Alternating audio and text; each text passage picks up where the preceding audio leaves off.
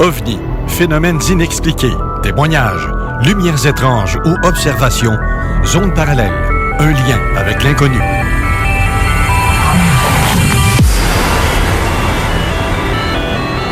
Visitez notre site web à l'adresse www.zoneparallèle.com.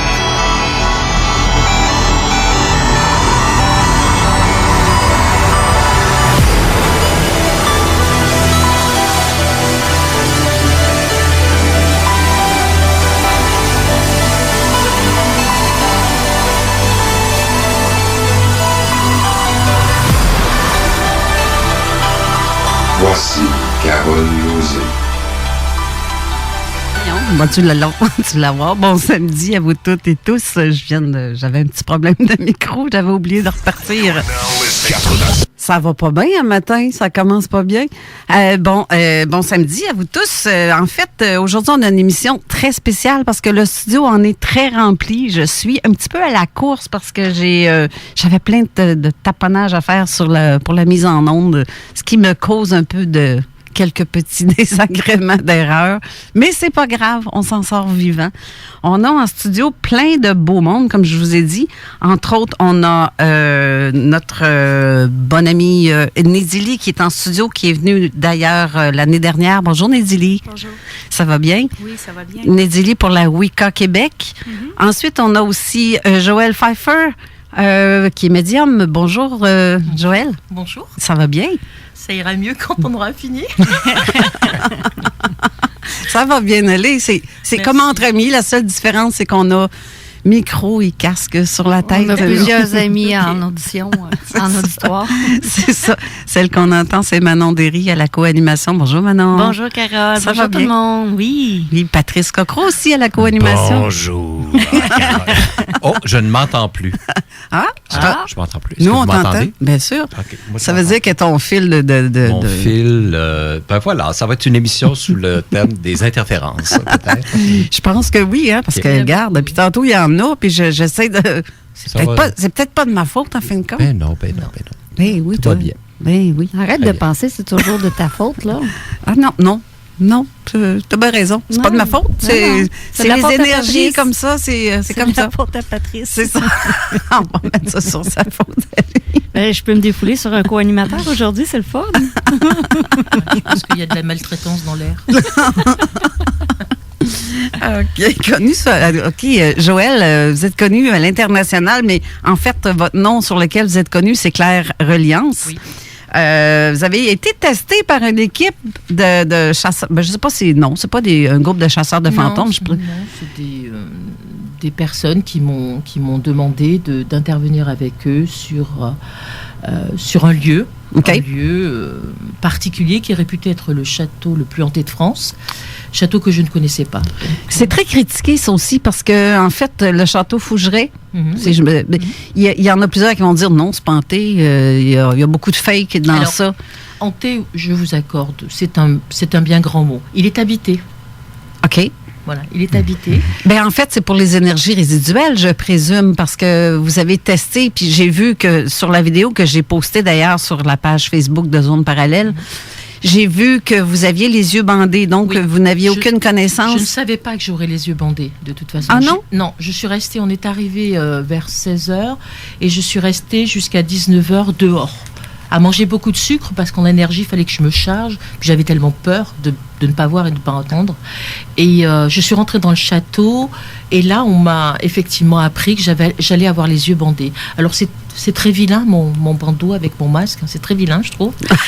C'est pas très beau. Mais bon, là, je me suis dit, là, je vais avoir un problème. Et en fait, je me suis aperçue que je voyais mieux, effectivement, quand on m'enlève la vue. Alors, je ne veux pas dire qu'il faut que je sois aveugle, hein, attention.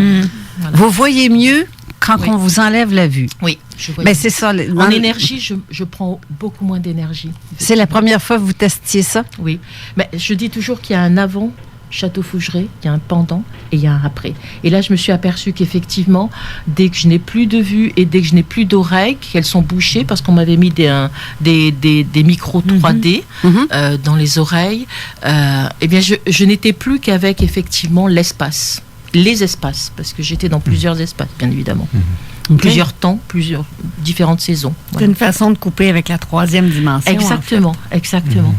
J'ai justement fait écouter la vidéo à nos co-animateurs pour qu'on puisse être capable de juger ou de savoir à qui on a affaire. Parce que personnellement, je ne vous connaissais pas avant que Jean Rivet, qui est ici aussi en studio, accompagné de Christine, avant qu'il nous approche pour parler de vous. Je connais pas encore tous les gens à travers le monde. Je sais que vous êtes connus à l'international, en fait, pour vos dons de médiumnité. Mais la différence pour vous entre la médiumnité et la voyance? Alors, le mot médium me perturbe un petit peu. Je dirais arrangement vibratoire. Nous sommes tous des arrangements vibratoires et nous sommes des fréquences. Si on part du principe que nous sommes fréquences, à ce moment-là, tout à l'heure, je disais effectivement, il y a mes cheveux qui se dressaient, mon châle j'étais complètement électrique. Donc, parce qu'il y a des attirances, lui là-bas me perturbe. Il est Elle est très douce. Elle est très douce et elle m'a laissé approcher, elle m'a laissé rentrer dans elle. Voilà.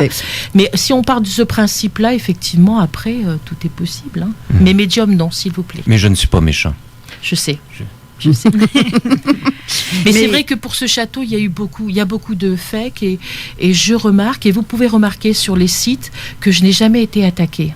Parce que ceux qui ont l'habitude effectivement d'aller au château de Fougeray ou qui ont fait des expériences savent détecter les fakes, ce que vous appelez les fakes, et m'ont dit que c'était vrai, que je ne feignais pas, parce que au bout d'un quart d'heure, 20 minutes, même bien avant, je n'avais plus d'espace autour de moi, cet espace dans lequel ceux qui étaient là, c'est-à-dire le caméraman, le réalisateur, je ne les voyais plus, je n'étais plus. Et d'ailleurs, quand je monte les escaliers, je bute exprès mes pieds. J'ai vu. Parce que j'ai besoin de sentir je suis encore là, parce que mon corps, je suis plus dans mon corps, je sors, voilà.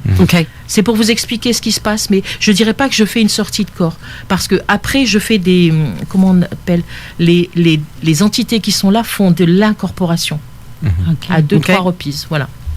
Mais en fait, vous avez aussi la capacité, si je vous montre une photo de quelqu'un, alors là, le grand stress, je hais Jean Rivet qui vous a dit ça. J'ai fait une petite expérience avec elle tout à l'heure, elle peut vous en parler. OK, maintenant je vais te donner mon cellulaire pour que tu puisses montrer. Et si vous avez des photos que vous voulez lui montrer, si vous avez une connexion comme ça, en direct. Alors, avec les cellulaires, c'est pas facile parce que c'est déjà très énergique. Mais la photo est derrière mon cellulaire, c'est moins pire. C'est qui pour vous? C'est mon père. C'est votre papa qui est parti quand? Vous n'êtes pas capable de le savoir, alors, ça? Pardon? Vous le voyez pas, ça, depuis quand? Hein? Ça? Ah non, j'ai même pas les numéros du loto. Hein. C'était précisément ce que j'allais vous demander. Alors, c'est cuir. C'est quelque chose qui est en cuir. Vous pouvez me dire non. Hein. Dites-moi oui ou non, pas de détails, s'il vous plaît. C'est quelque chose qui est en cuir. C'est peut-être quelque chose qui était sur une table ou un bureau. C'est en cuir. Ça vous rappelle quoi? Elle va me dire non. Elle va me décontenancer. Non, moi, vu de même, je vais vite fait comme ça. Ça me vient pas.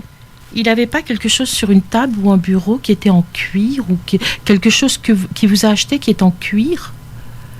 Ça vous fait penser à quoi? Vite comme ça? Absolument rien. Absolument rien. Vous m'enverrez un texto, vous me le direz. Oui. Hein? D'accord? Posez-moi une question pour me mettre en jambe, sans me donner de détails, s'il vous plaît. À propos de mon père, je vous dirais, quel type de personnage il vous... Il m'inspire? Oui. C'est pas ce qui m'inspire qui est intéressant à savoir. Alors, vous allez me dire très probablement qu'il est parti très vite, qu'il est parti pas très vite, qu'il est parti d'une maladie. Peut-être vous allez me dire ça, mais lui considère que il est parti. Il aurait dû partir encore plus vite. Qu'est-ce que alors il fait référence, donc c'est votre papa à votre maman. Votre maman est encore là. Il fait référence, il me parle de votre maman. Il est avec... Alors, il y a une femme qui se présente là, qui me dit qu'elle est... C'est probablement... Il a une sœur, ou il avait une sœur qui est décédée. Oui. Je crois que c'est sa sœur qui est là. Hein. Elle est décédée, elle est partie quand? Ça fait plusieurs années. Ouais. Après lui. Hein. Avant. Avant, c'est avant? Marc, il y en a tout le temps, tous les années qui partent. C'est elle qui se présente. C'était une femme avec un peu comme moi, un peu d'embonpoint. Elle était pas très mince. Elle était comme moi, ronde.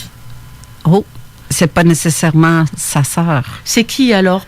Mais vous savez, je vois des choses là qui arrivent. C'est une fraction de seconde, donc c'est peut-être une autre personne qui est là, qui elle a des cheveux. Elle a pas des cheveux longs, elle a des cheveux qui sont plutôt là. Et c'est vous? Non, c'est parce que c'est les effets coupés à cette hauteur-là. Voilà, c'est là. Elle a les cheveux là comme ça. Hein. Donc, je ne sais pas qui c'est, mais elle se présente aussi. Il y a des personnes qui se présentent aussi. Je reviens sur quelque chose. Alors, c'est peut-être du cuir, mais c'est quelque chose qui est posé sur une table. Alors, peut-être sur un bureau. Votre papa avait un bureau. Oui. Ou vous avez sur votre bureau quelque chose qui est à votre papa. Oui. Merci. Ça y est, ça arrive. OK? Parfait. Posez-moi une question. Allez-y.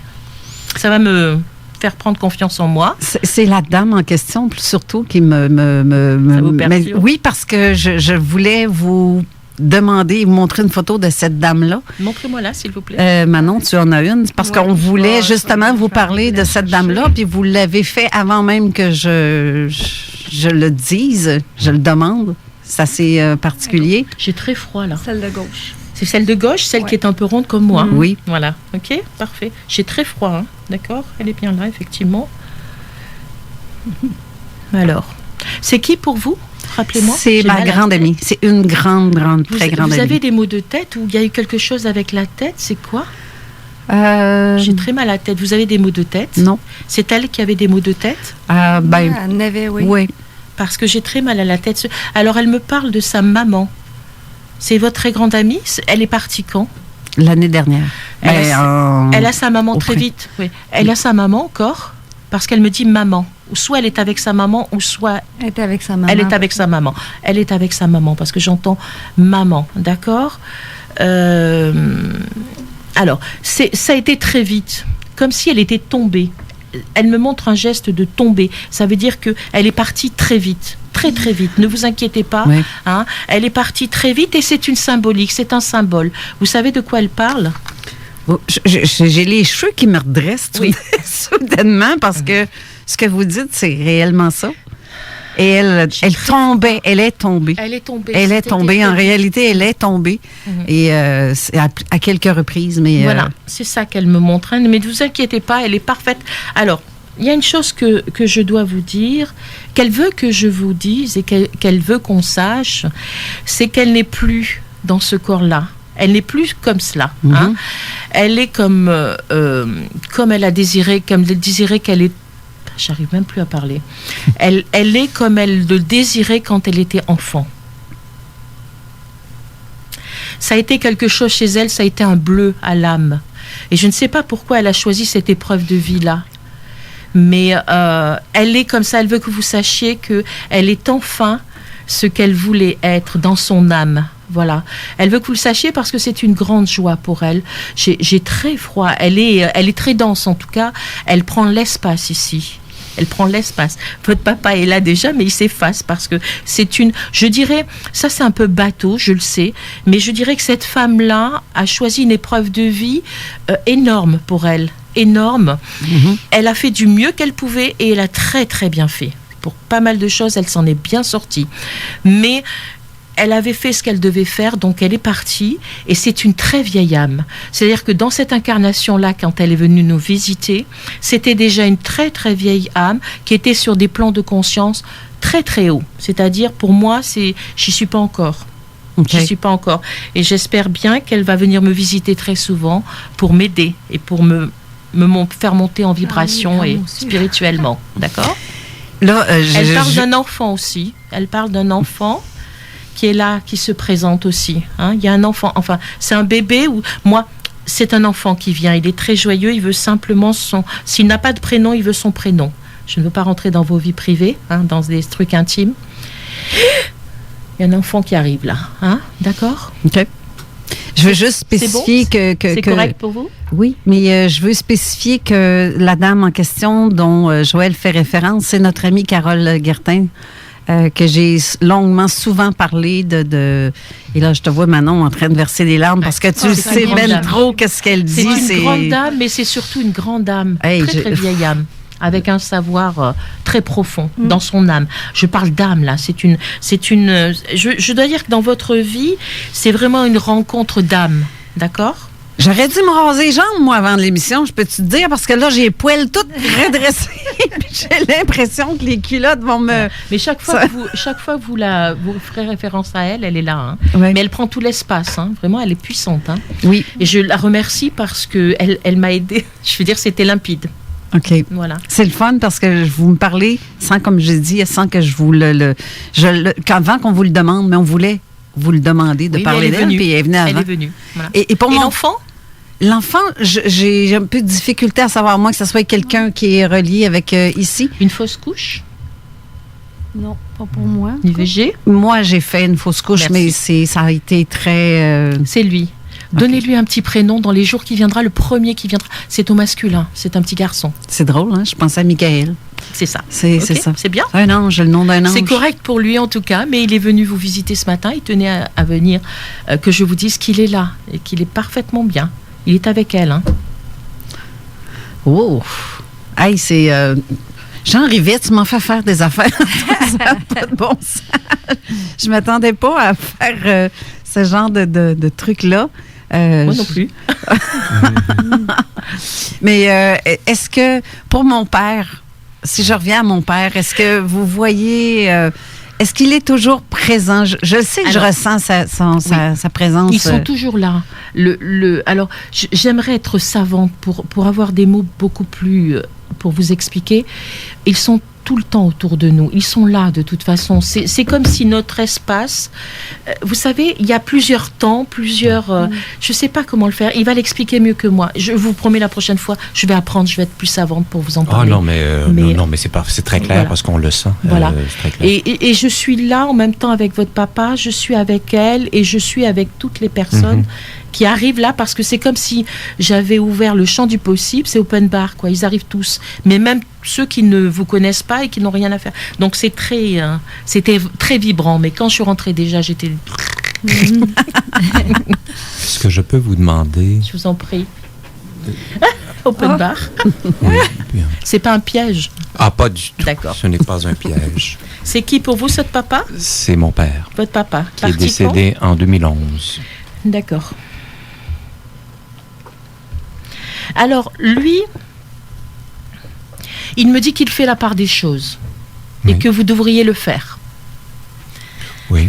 Oui. On va pas plus loin que ça. Hein. Non, mais il fait la part des choses. Lui, c'est comme s'il avait... maintenant, il fait la part des choses. Il dit, c'est bon, je l'ai fait. C'est bien, c'est posé.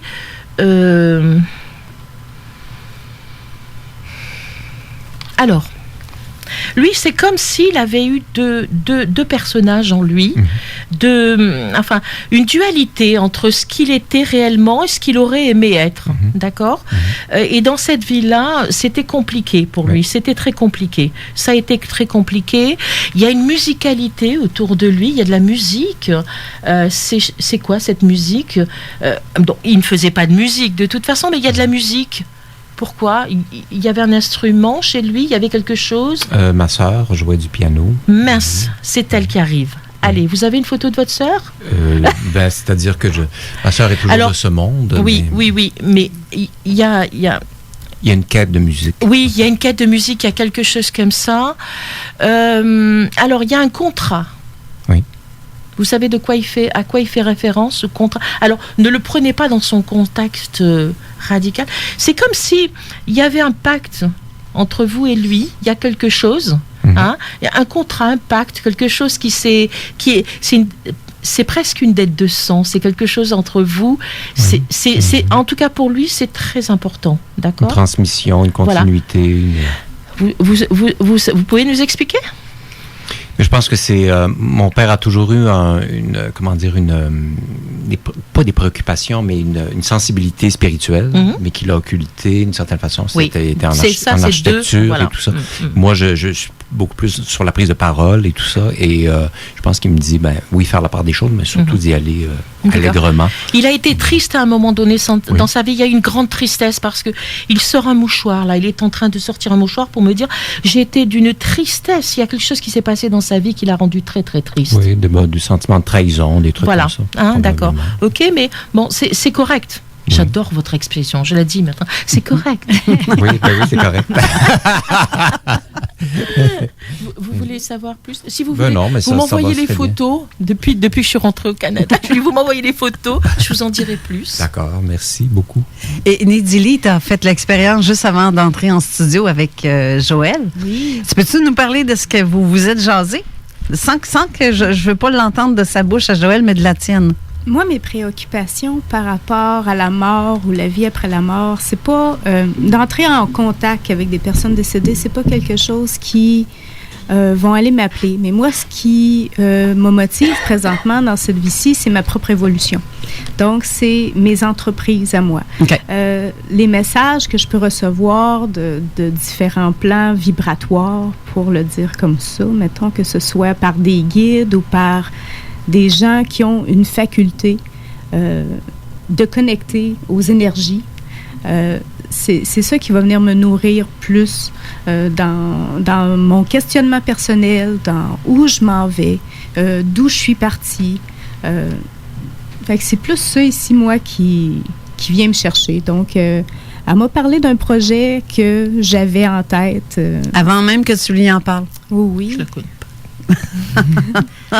Non, et moi, j'ai plus, quand on parle de dons, de médiumnité ou de voyance, moi, je suis beaucoup dans l'accompagnement de personnes qui sont en train de développer ces capacités-là.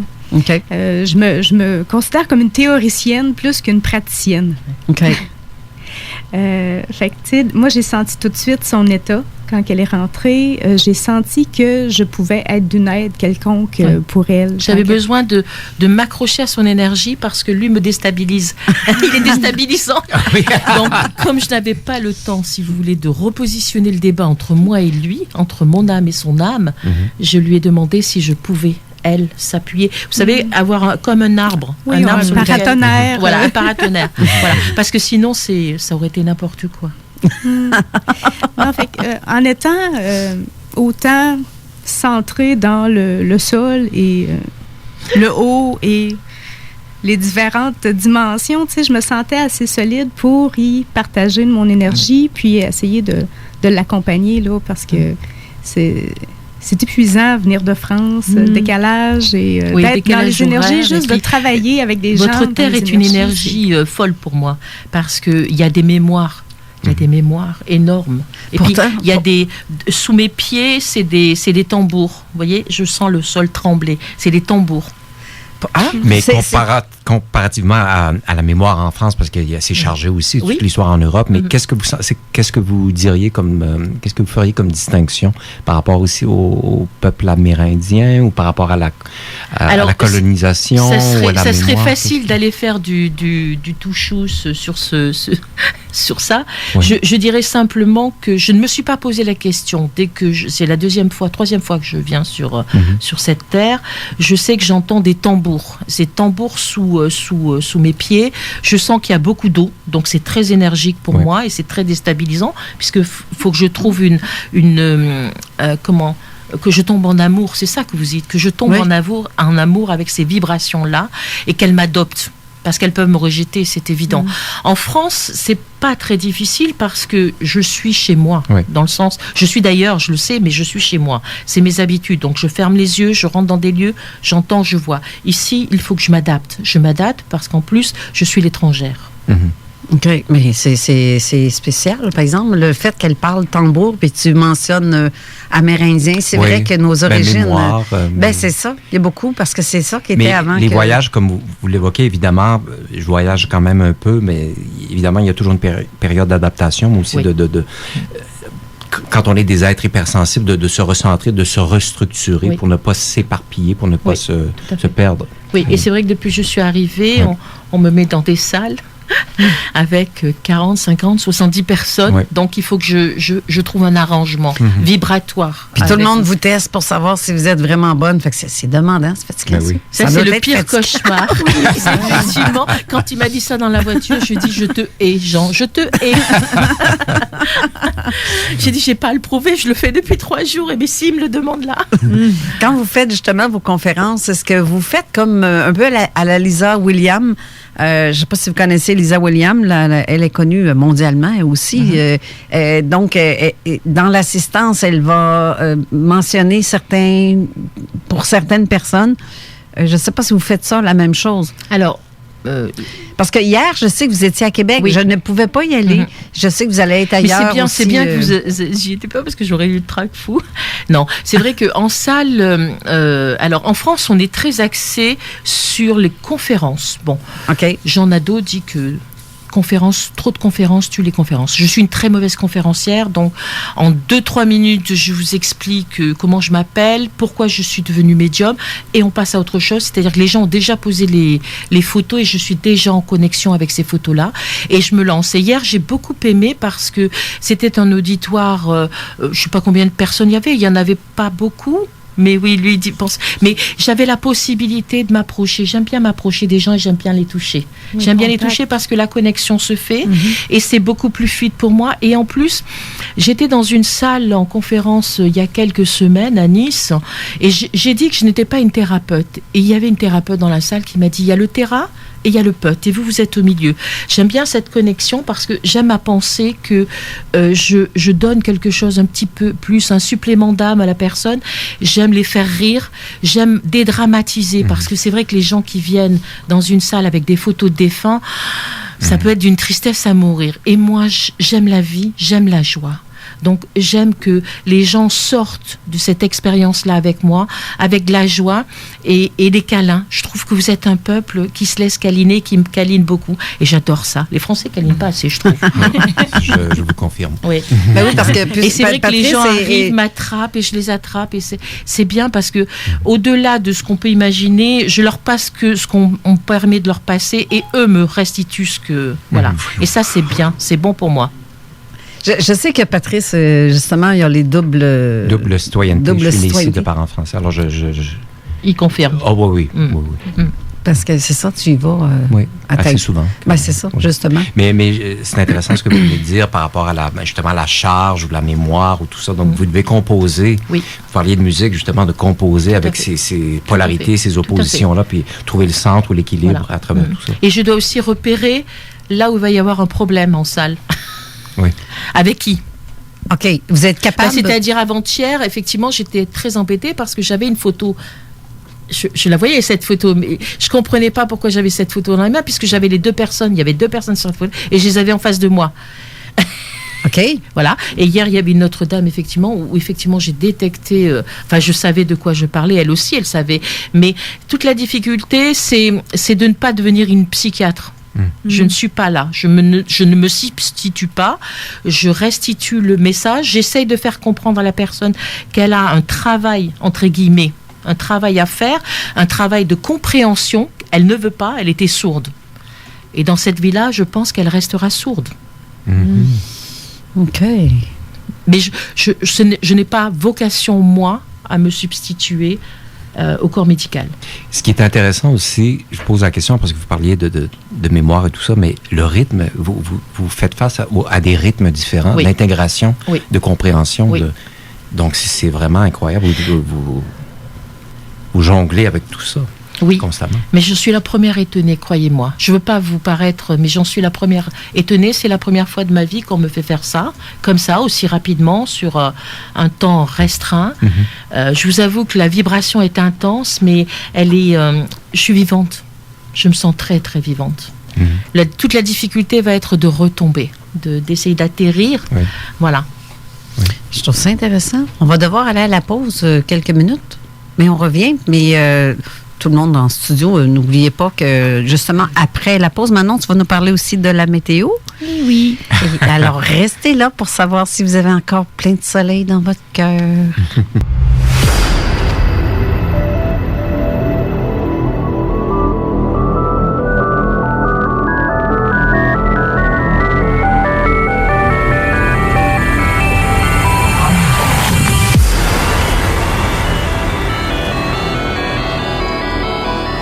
Et oui, on est de retour, mais je veux juste mentionner quelque chose qui m'épate. Depuis tantôt, il se passe des affaires bizarres en studio, puis je rêve pas, là, on est tous témoins. Il y a même un cellulaire qui est parti toute seule, celui de est-ce que c'est celui de Joël? Et celui de Joël est ici, sur ma table à moi. Il est même pas à côté d'elle. Et ça s'est mis je ne sais pas si vous l'avez entendu en studio tantôt. Probablement que vous l'avez entendu dans le feedback parce que son cellulaire est à peu près à 3 pieds de mon micro. Il est parti tout seul. Qu'est-ce que ça a dit? Je vois. Ça dit « je vois ».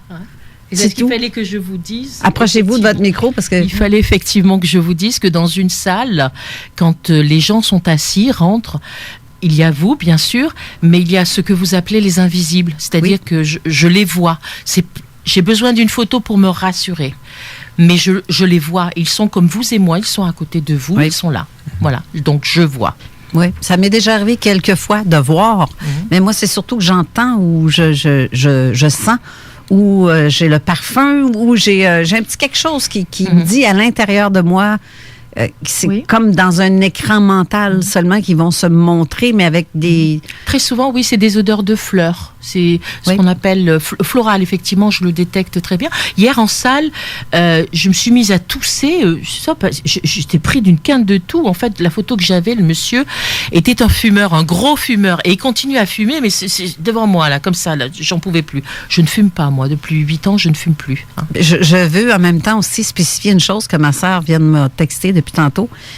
Mon père avait son chapelet dans un sachet de cuir. Merci. Et il le portait toujours sur lui. Merci. Merci Hélène en passant. Elle avait compris cuivre. C'était pas certaine, mais c'était cuir. Ben, elle m'a envoyé une photo d'un truc de cuivre que j'ai chez nous, que mes parents m'ont remis, mais... Non, c'est cuir. C'est posé sur c'est cuir. OK, ben c'est ça. C'était son chapelet et c'est vrai qu'il est chez nous. Je vous ai dit, c'est un symbole. Oui, c'est vrai.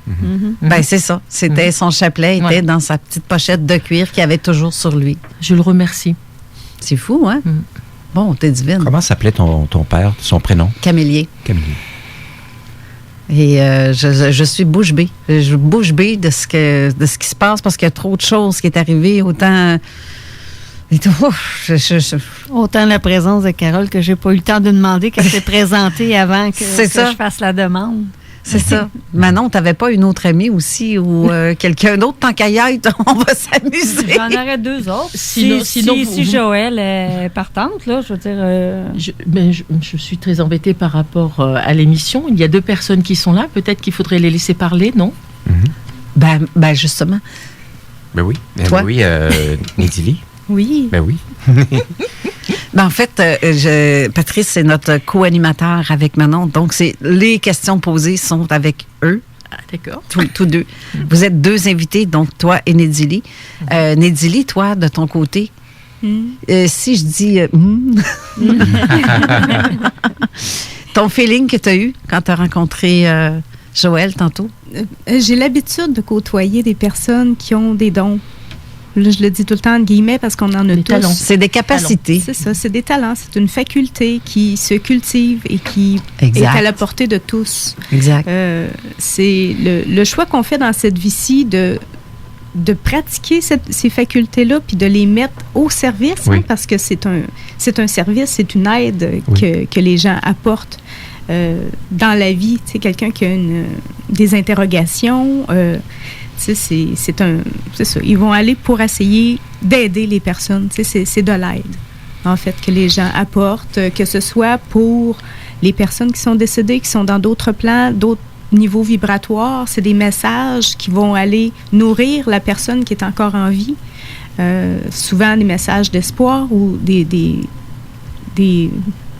comme une réassurance un peu de leur propre existence ici. Du travail qu'elles ont, elles, en tant que vivantes, à poursuivre. Est-ce que tu es d'accord avec moi de dire que, comme là, toi, c'est pour la Wicca, donc les sorcières, comme j'ai dit tantôt avant l'émission, j'aime pas très le mot sorcière parce que ça donne un petit côté négatif à cause des sorcières qui ont été tranchées la tête ou pendues. J'ai été brûlée, moi. Ben, c'est ça, brûler sur le bûcher ou peu importe. Je pense que ça a été mon cas. Oui. Je faisais pas toujours des choses catholiques, je pense. Mais c'est intéressant ce que vient de dire Nédilie par rapport au service, le talent qui est mis au service. J'ai vu récemment sur la route un panneau, c'était indiqué pour une entreprise, passer au service supérieur. Je dis, oui, d'accord. C'était vraiment très, très clair. J'adore ce que les symboles ou les panneaux, la synchronisation. Les synchronicités, ce qui est révélé. J'adore ça. Oui, c'est vrai. Mais toujours à point.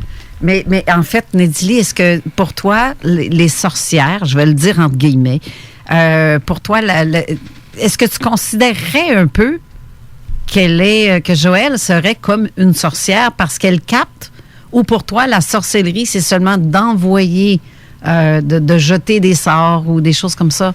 Parce qu'il y a de recevoir autant émetteur que récepteur. Ceux qui reçoivent, comme Joëlle dans son cas, toi, tu peux recevoir aussi, j'imagine? Oui, d'une certaine façon, je peux recevoir, mais c'est pas ça qui va être le leitmotiv de ma vie. Okay. C'est pas ça qui va... à l'occasion, j'ai reçu des messages que j'ai fait passer à d'autres personnes, mais je ne me qualifierais pas de médium, comme je ne me qualifie pas de... Ben oui, je vais me qualifier de Wiccan parce que c'est ma spiritualité, c'est le chemin spirituel que j'ai choisi. Mais ça fait partie un peu de tout ça. Ce n'est qu'une facette d'un individu. Mais en fait, je dirais plutôt le mot antenne, parce qu'on est des antennes, on est des capteurs. Tout le monde a cette capacité-là, sauf que pas tous le développent. Dans les faits, le mot sorcière, quand on le décortique, il y a le mot sort au début. Oui. Donc, personne qui lance des sorts. Bon, des sortilèges, ça a eu une réputation galvaudée un peu avec le temps, biaisée avec le temps. Hollywood, la sorcière avec le nez vert et tout crochu, son chapeau. Bon, mais c'est la sorcière du magicien d'Oz, là. C'est Hollywood qui reprend cette image-là de la sorcière, en fait. Mais il y a le mot source également, le sourcier. Oui, la source. Les sorcières, si on prend la racine source, qui est connectée à la source, donc qui est connectée à la nature, qui est connectée à l'univers.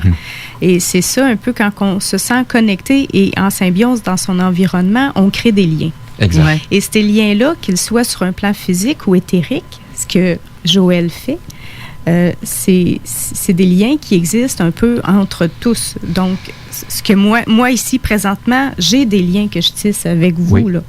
Et c'est ça qui permet une transmission. Parce qu'en étant liés, l'énergie circule et l'information circule. Et il y a une fluidité. Donc, on rentre dans le domaine de l'onde aussi plus ondulatoire. C'est moins dans la rigidité et tout ça. Oui.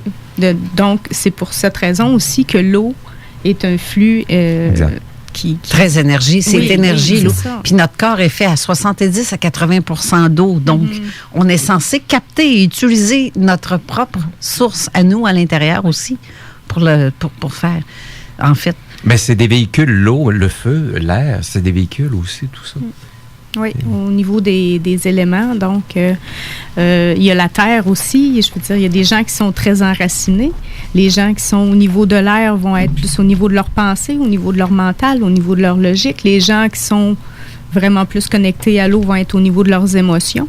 Le feu, ça va être les démonstrations, les leaders, l'activité, se mettre en valeur. Mais quand on cherche un peu à être à parts égales, de retrouver un équilibre entre ces quatre éléments-là, c'est là qu'on vient vraiment se centrer en soi et se trouver un équilibre un peu dans notre environnement et avec les gens qui nous entourent. Oui.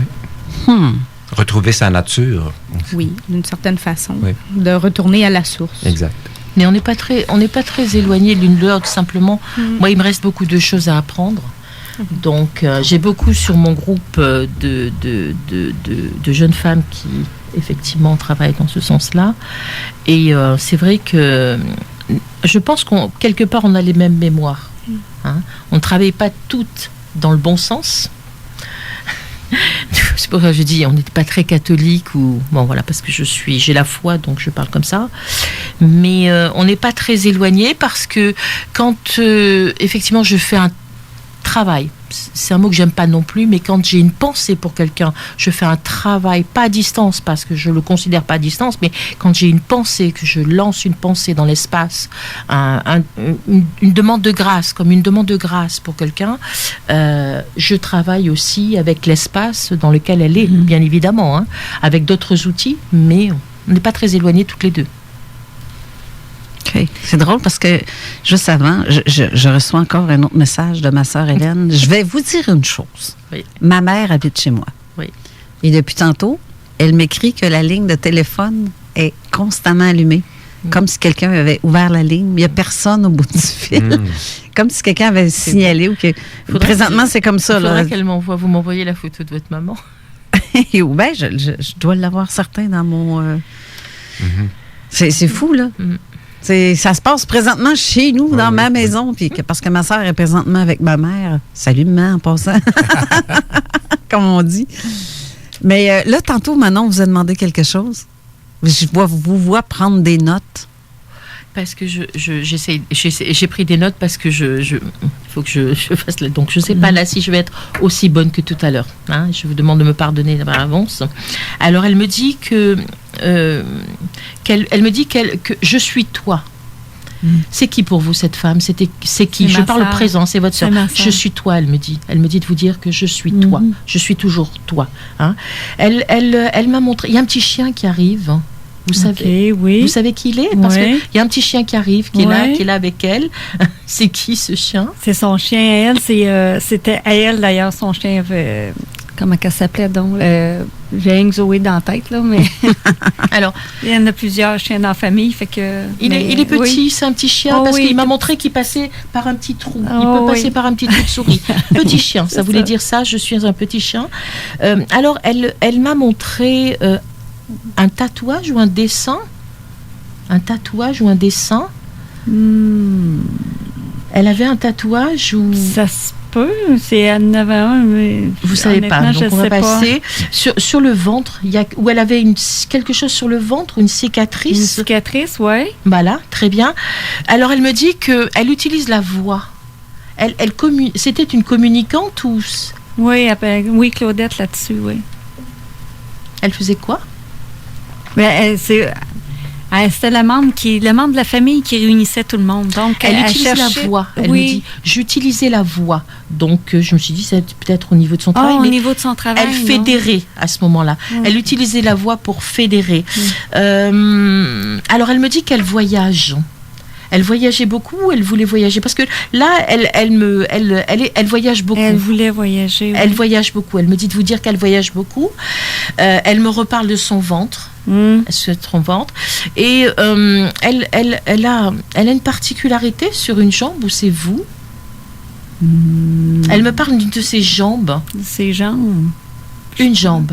Une jambe. Vous n'avez jamais eu une difficulté sur une jambe ou une spécificité sur votre jambe? Oui, bien j'ai une jambe plus longue que l'autre. Merci. Très bien. C'est un détail qui tue. J'appelle ça le détail qui tue. Alors elle me dit, je t'aime, sœur de cœur. Je t'aime, sœur de cœur. Et elle me parle de la cuisine. La cuisine, ça vous dit quelque chose? Je dis pas qu'elle cuisine, mais elle me dit qu'elle est dans la cuisine avec vous. C'est quoi la cuisine? Elle me parle. Il y a un truc dans la cuisine. Je cherche là. Là, tu le sens, mais peut-être après, vous m'enverrez un petit texto en disant oui, il y a quelque chose dans la cuisine, ou c'est peut-être un souvenir que vous avez d'elle, ou ce lieu-là, il s'est passé quelque chose dans la cuisine. Tu parles-tu peut-être dans votre dernier week-end que vous avez passé? Ah, notre fin de semaine de sœur, peut-être, oui. Dans la cuisine? Oui, OK, oui. Dans la cuisine? Ça a bien du sens. Il y a un truc dans la cuisine, je ne comprenais pas, parce que je n'imagine pas que vous passiez votre temps dans la cuisine. Non. Donc j'ai écrit, il y a un truc dans la cuisine, donc c'est un souvenir. Je vous ai dit, c'est peut-être un souvenir entre elles. Qu'est-ce que vous avez fait dans la cuisine? On a eu une très bonne discussion. La cuisine? Oui. C'est ça, elle y fait référence, d'accord? OK.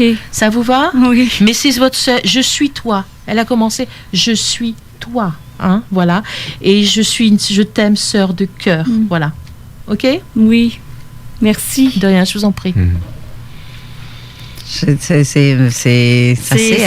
quelque chose. C'est assez exact. Je faisais pas le lien, merci. C'est assez... Très souvent, les personnes font pas le lien et après, je reçois des textos en me disant « Vous aviez raison, c'est ça. » Ouais. Justement, parlant de textos, ceux qui ont des questions que vous voulez poser, mais demandez pas, par contre, à Joël de vous prédire un avenir ou quoi que ce soit. Là, ça sera pas ça. Mais si vous avez des questions techniques ou quoi que ce soit, vous pouvez le faire au 581-500-1196. Manon va prendre justement vos questions si vous en posez. Et pour la page Facebook de Zone Parallèle, sous le poster des invités d'aujourd'hui, si vous avez des questions à l'une ou l'autre de nos invités, vous pouvez le faire aussi en commentaire sur cette page Facebook de Zone Parallèle. Et voilà, c'est fait, je l'ai dit. Nédili. Oui. J'aimerais savoir, le 31 octobre, c'est la fête de l'Halloween. Oui, c'est l'Halloween. Donc, mais c'est aussi la fête des sorcières, de toutes les sorcières du monde, en fait. Oui, mais c'est pas juste la fête de toutes les sorcières du monde aussi. Parce qu'à l'origine, l'Halloween, ça vient d'une ancienne fête païenne que les Celtes et les Druides célébraient. Oui. C'était à mi-chemin entre l'équinoxe d'automne et le solstice d'hiver. Donc, cette date-là, présentement, elle va se situer vers le 7 novembre. Mais c'est cette fête-là ici qu'on appelle Samhain, Samhain. Bon, quand on le prononce à la celte, c'est Samhain. C'est cette fête-là qui découle un peu. D'où vient l'Halloween? Ben, c'est le fait que Samhain a déjà existé et ces pratiques-là existaient. Et ça, à l'époque, ça se déclinait comment, cette célébration-là? C'était en rapport avec la lumière? Samhain, c'est un rapport qui va avec l'honneur aux ancêtres, aux personnes décédées. Parce que le 31 octobre, dans ces alentours-là, c'était le premier jour du calendrier celte. Donc, c'est un jour qui était considéré ni un début ni une fin, qui était hors du temps, en fait. Okay. Donc, dans leur tradition, le voile qui sépare les mondes était aminci à ce moment-là, ce qui permettait une meilleure connexion avec les ancêtres, avec les personnes décédées, avec les énergies environnantes qui pouvaient appeler petits peuples ou les fées et tous les peuples magiques et créatures, les entités, les énergies qui sont différentes. Là. Les élémentaux. Les élémentaux également. Donc, cette date-là est devenue plus tard l'Halloween, et ça s'est fait de façon très chaotique un peu, parce que quand l'Église catholique ont commencé les catholiques ont commencé à mettre leur emprise un peu sur tous les peuples païens qui célébraient encore cette fête-là, ils ont voulu prendre le jour de tous les saints pour célébrer la Toussaint. Ça, c'est venu au 9e siècle après Jésus-Christ, parce que Boniface, le pape Boniface au 5e siècle, avait déplacé cette fête-là le 13 mai. Et c'est un autre pape, le pape Grégoire, qui a remis la Toussaint là, parce que les peuples celtes, druides, quand on parle de l'Irlande, c'est des gens qui ont très à cœur leur spiritualité. Oui. Et souvent, ce qui est arrivé, c'est que quand l'Église catholique est venue pour ériger des temples, leurs églises, ils les ont mis sur d'anciens temples païens, d'où en Europe, l'homme feuillu qui décore certaines églises, c'était les gens du village qui construisaient les églises. Donc, ils arrivaient à perpétuer un peu leurs croyances, mais en essayant de... Mais c'était des sites hautement énergétiques. Oui, hautement énergétiques. Donc, à l'Halloween, vu que le voile entre les mondes est aminci, c'est de là découlent un peu toutes les petites pratiques qu'on a aujourd'hui, de laisser des offrandes aux énergies qui viennent nous visiter, faire un honneur pour les personnes qui sont décédées, qui sont passées de l'autre côté, d'avoir ce retour un peu à d'où je suis, d'où je viens et qui m'ont précédé. Donc, c'est vraiment plus un honneur que l'on fait aux personnes qui nous ont précédés, nos ancêtres. OK.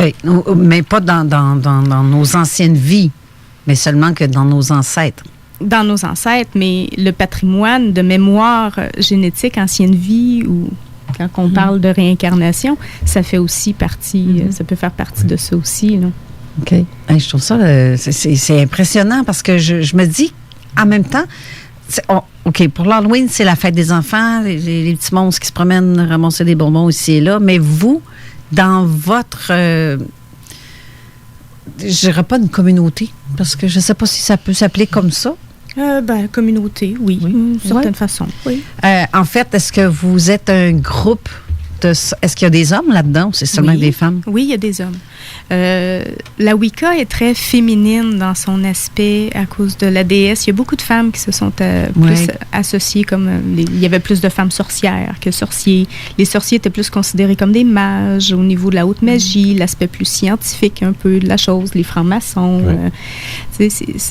Tandis que les femmes, on est plus au niveau naturel, au niveau de la nature, de l'intuition beaucoup. Les femmes sont reliées à la Lune beaucoup dans leur cycle physique, biologique. C'est vrai menstruel. Ça?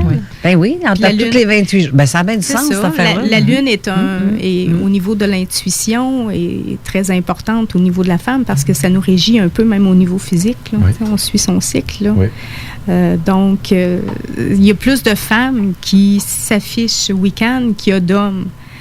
Justement parce que, les hommes se sont un peu laissés mis de côté, mais quand on parle de Wicca, il n'y a pas juste l'aspect féminin, il y a aussi l'aspect masculin. Et on va honorer autant l'aspect masculin divin que l'aspect féminin divin. OK. Les hommes sont allés aussi du côté solaire, un peu, si on pense à Louis XIV, le côté solaire rayonnant. Ce jeu de polarité entre la Lune et le Soleil, cette division, en fait, plutôt que la globalité. La nuit et le jour. Oui. C'est carrément ça. Ce qui a régi le monde depuis qu'il est monde. Oui. Pour se réunir à un moment donné, former le tout. Oui. Et cette fête-là, moi, je vais la célébrer avec une quinzaine de personnes à l'île d'Orléans. Donc, c'est parce que l'île d'Orléans, c'est le berceau des ancêtres qui sont arrivés. Ils sont partis de France. Ils ont souvent transité vers l'île d'Orléans, la côte de Beaupré, Château-Richer. C'est là qu'ils se sont installés en premier. Oui. Donc, l'île qui est un petit peu avant, l'île, comment est-ce qu'elle s'appelle? L'île aux Coudres. L'île qui est en quarantaine là, un certain temps. C'est juste un petit peu avant l'île aux Coudres, ou tout près en tout cas. Grosse île. Oui, c'est ça. Merci. Là aussi, il y a beaucoup il y en a beaucoup qui sont décédés là, parce qu'ils ont été débarqués sur l'île justement parce qu'ils étaient malades puis il ne fallait pas qu'ils aillent plus loin. Il y en a qui sont décédés là. Il y en a qui sont restés là juste avant qu'ils soient pas départis, mais comme on peut dire installés ici et là en longeant le fleuve. OK, ici on continue, on s'en va s'établir dans le coin de on va appeler ça Québec ou peu importe là. Mais quand que les Français ont débarqué ici, c'était ça. Donc, en fait, on avait les Amérindiens étaient là. Les Inuits, c'est notre Première Nation ici, c'est eux. Et ils fonctionnaient aussi, eux, comme on parlait. C'est drôle parce qu'on a dit ça, je sais un petit peu de rentrer en onde, c'est que les Inuits, et c'est le tambour, comme tu parlais tantôt, Joël, mais c'était eux, tu regardes la façon de vivre et leur façon de penser. C'est carrément la nature, la vie, c'est le respect de la nature et de la vie. Et l'être qui vient de la France ou de l'Angleterre qui débarque, ils n'ont pas la même...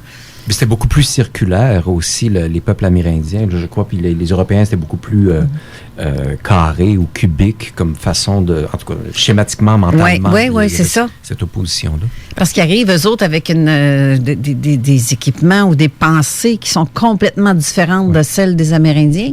Mais les Amérindiens, de base, c'est quoi? On peut appeler ça de la sorcellerie.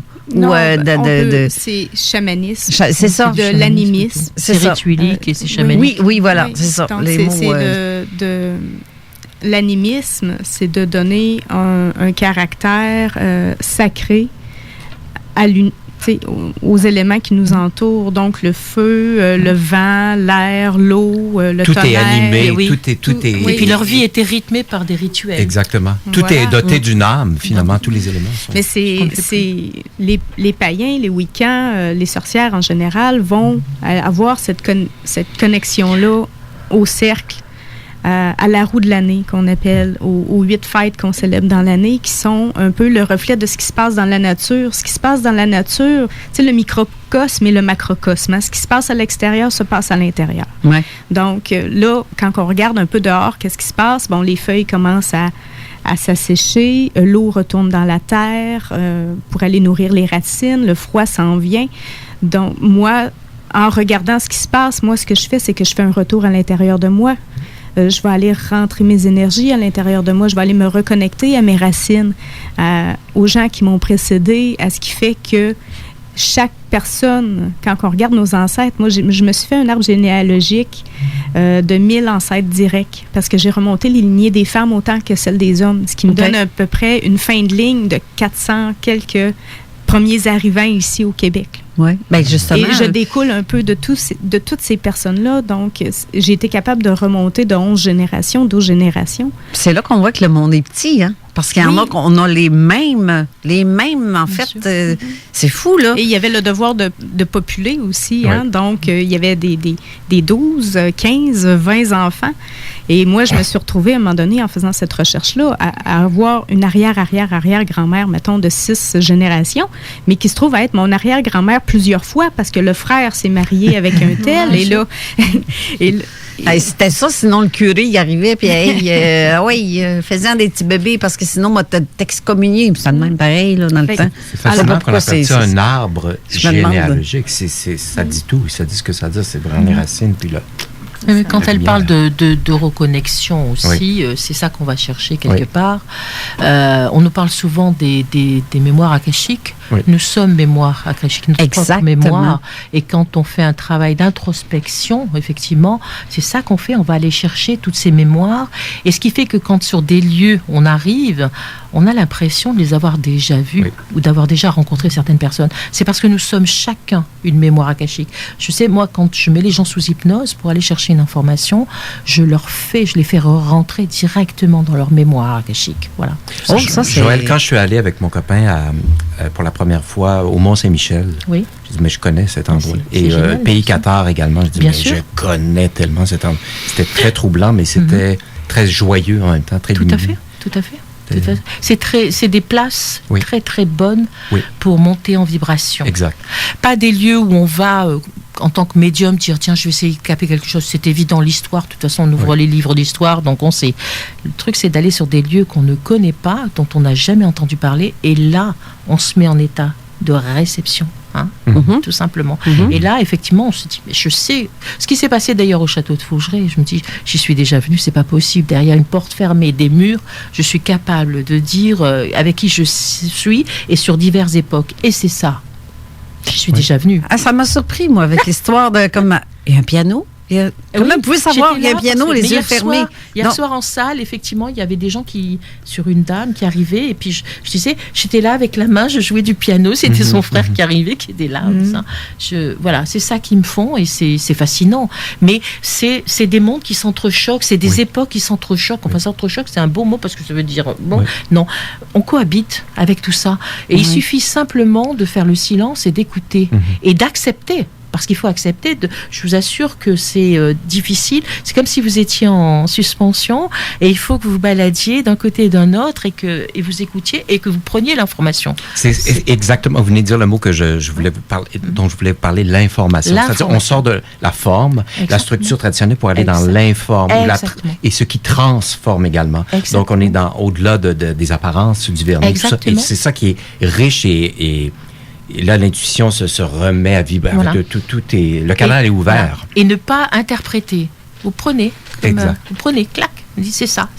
Comme tout à l'heure, cuir, là, symbolique. Voilà. Ben, c'est ça. Mais j'ignorais, c'est ma sœur qui m'a une chance qu'elle écoute l'émission. Mais c'est une particularité. Enfin, je veux dire, il y a beaucoup de médiums qui, je suppose, fonctionnent comme ça, mais moi, je fonctionne particulièrement comme ça.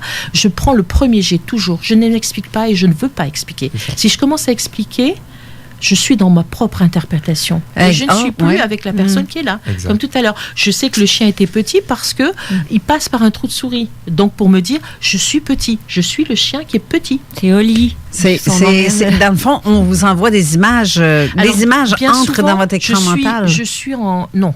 Il n'y a rien qui rentre. Je le vois là, autour de moi. Je le sais. Ça arrive là, puisque je les vois, ils sont là. Mais je ne sais plus ce que je voulais dire. C'est pas grave. mais justement, ce que vous disiez, Joël, c'est que quand vous recevez comme ça l'information, si on n'interprète pas, justement, on ne met pas d'étiquette, on ne met pas d'écran. Je laisse venir. Et c'est là, dans l'espace. Je veux dire, je peux le toucher, je le saisis. Hein, le chien, je sais. Voilà. Mais pas d'interprétation possible, parce qu'à ce moment-là, c'est mon interprétation, ma vue de l'esprit.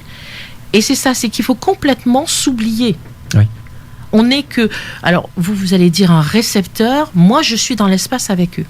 Tout simplement, puisqu'il y a des moments, je suis sur des lieux, on m'amène sur des lieux, ou des jardins, ou des... Vous voyez ? Et à Fougeray, c'était ça. Dans le couloir, par exemple, où je sais qu'il y a une poupée. Pourtant, je la vois pas. Je peux pas la voir. Je dis qu'elle est dans un cercueil. Je ne peux pas la voir. Et j'ai peur. Et je suis une petite fille. Et je parle petite fille. Parce que j'ai une incorporation là aussi, hein, ou devant une chambre, je dis c'est un cercueil, je veux pas rentrer, c'est une tombe. Et en fait, il y a un coffre mortuaire et je dis il y a un truc blanc, il y a une croix blanche dessus, et c'est exactement ça. Donc c'est bien que je suis physiquement là, mais que je suis passée derrière, dans cette pièce où il y a la personne. C'est là où on voit qu'il n'y a pas de limite ou de barrière. Qu'est-ce que le temps, qu'est-ce que l'espace? Exactement. Quand on travaille au niveau énergétique, au niveau vibratoire, c'est des mesures que notre cerveau met pour nous faire évoluer dans le physique. Exactement. C'est pas des notions que notre corps éthérique ou notre aura aurique. Alors, moi, je combine même pas avec ça. Je pars du principe, je sais que je suis une vibration. À partir du moment où je suis une vibration, je peux aller où je veux. Et eux peuvent arriver où ils veulent, c'est-à-dire en salle ou là avec nous, puisque physiquement c'était là, je peux pas... Donc, on est dans un espace d'information. Exactement. Ça m'est arrivé une fois, parce que je retrouve de temps en temps des objets perdus. Et ça m'est arrivé une fois, c'était assez particulier, où il y a une copine qui travaille sur une série télé et qui me dit, mon Dieu, la costumière cherche une chemise d'un personnage, je ne la retrouve pas. Je dis, demande-lui à la costumière de m'envoyer la photo. Je reçois la photo et je vois tout de suite que la chemise est chiffonnée dans une boîte. Et 2 jours après, la costumière m'a envoyé un message en disant merci. Et la chemise avait été retrouvée dans une boîte chiffonnée. Ça, c'était assez incroyable. J'ai eu vraiment cette image. Bien sûr. Il n'y a pas de matière. Je veux dire, on peut aller voir derrière une porte, derrière un mur ou dans une boîte, vous mettez quelque chose, on peut y arriver. Je ne sais pas si j'y arriverai. Ne me posez pas le truc. Mais on peut le faire, on peut toujours le faire. Mais à partir du moment où je ne sais pas, puisque la panique me prend, je vous ai entendu téléphone dans la voiture, la panique m'a pris, il a fallu vraiment que je fasse un travail sur moi, parce que voilà, c'est ça. C'est quand je suis moi, je n'entends rien, je ne vois rien. Nédélie, tu l'as dit tout à l'heure, il n'y a plus de... Puis vous le dites aussi, Joël, c'est qu'il n'y a plus de temps ou d'espace. Non. C'est-à-dire qu'on est dans le tout, dans l'instant, exactement, dans l'immense, dans les mémoires, dans tout. On a accès à tout. On est simplement, on est nous le véhicule, on peut aller où on veut, on n'a plus besoin de voiture, on n'a plus besoin de rien. Exact. Vous comprenez? Oui. Donc, on peut imaginer tout simplement que ce que vous appelez l'au-delà, moi je l'appelle pas l'au-delà. Mais non, c'est là. Je l'appelle le ici et maintenant, quand je veux et comme je veux. J'aime ça. Voilà, c'est ici et maintenant, quand je veux et comme je veux. Voilà. Et ça, c'est vraiment, c'est extraordinaire. Hein. Moi, je trouve ça extraordinaire. En tout cas, moi, ça m'étonne toujours. On n'est plus dans la logique, on est dans le magique, après ce qu'on considère comme étant magique. Mais c'est difficile, je vous accorde, peut-être de vivre avec le ici et maintenant. OK. Voilà. J'aime bien. On va devoir aller retourner à la pause encore une fois, même si ça ne me tente pas. Mais c'est intéressant. Mais en tout cas, on prend une petite pause.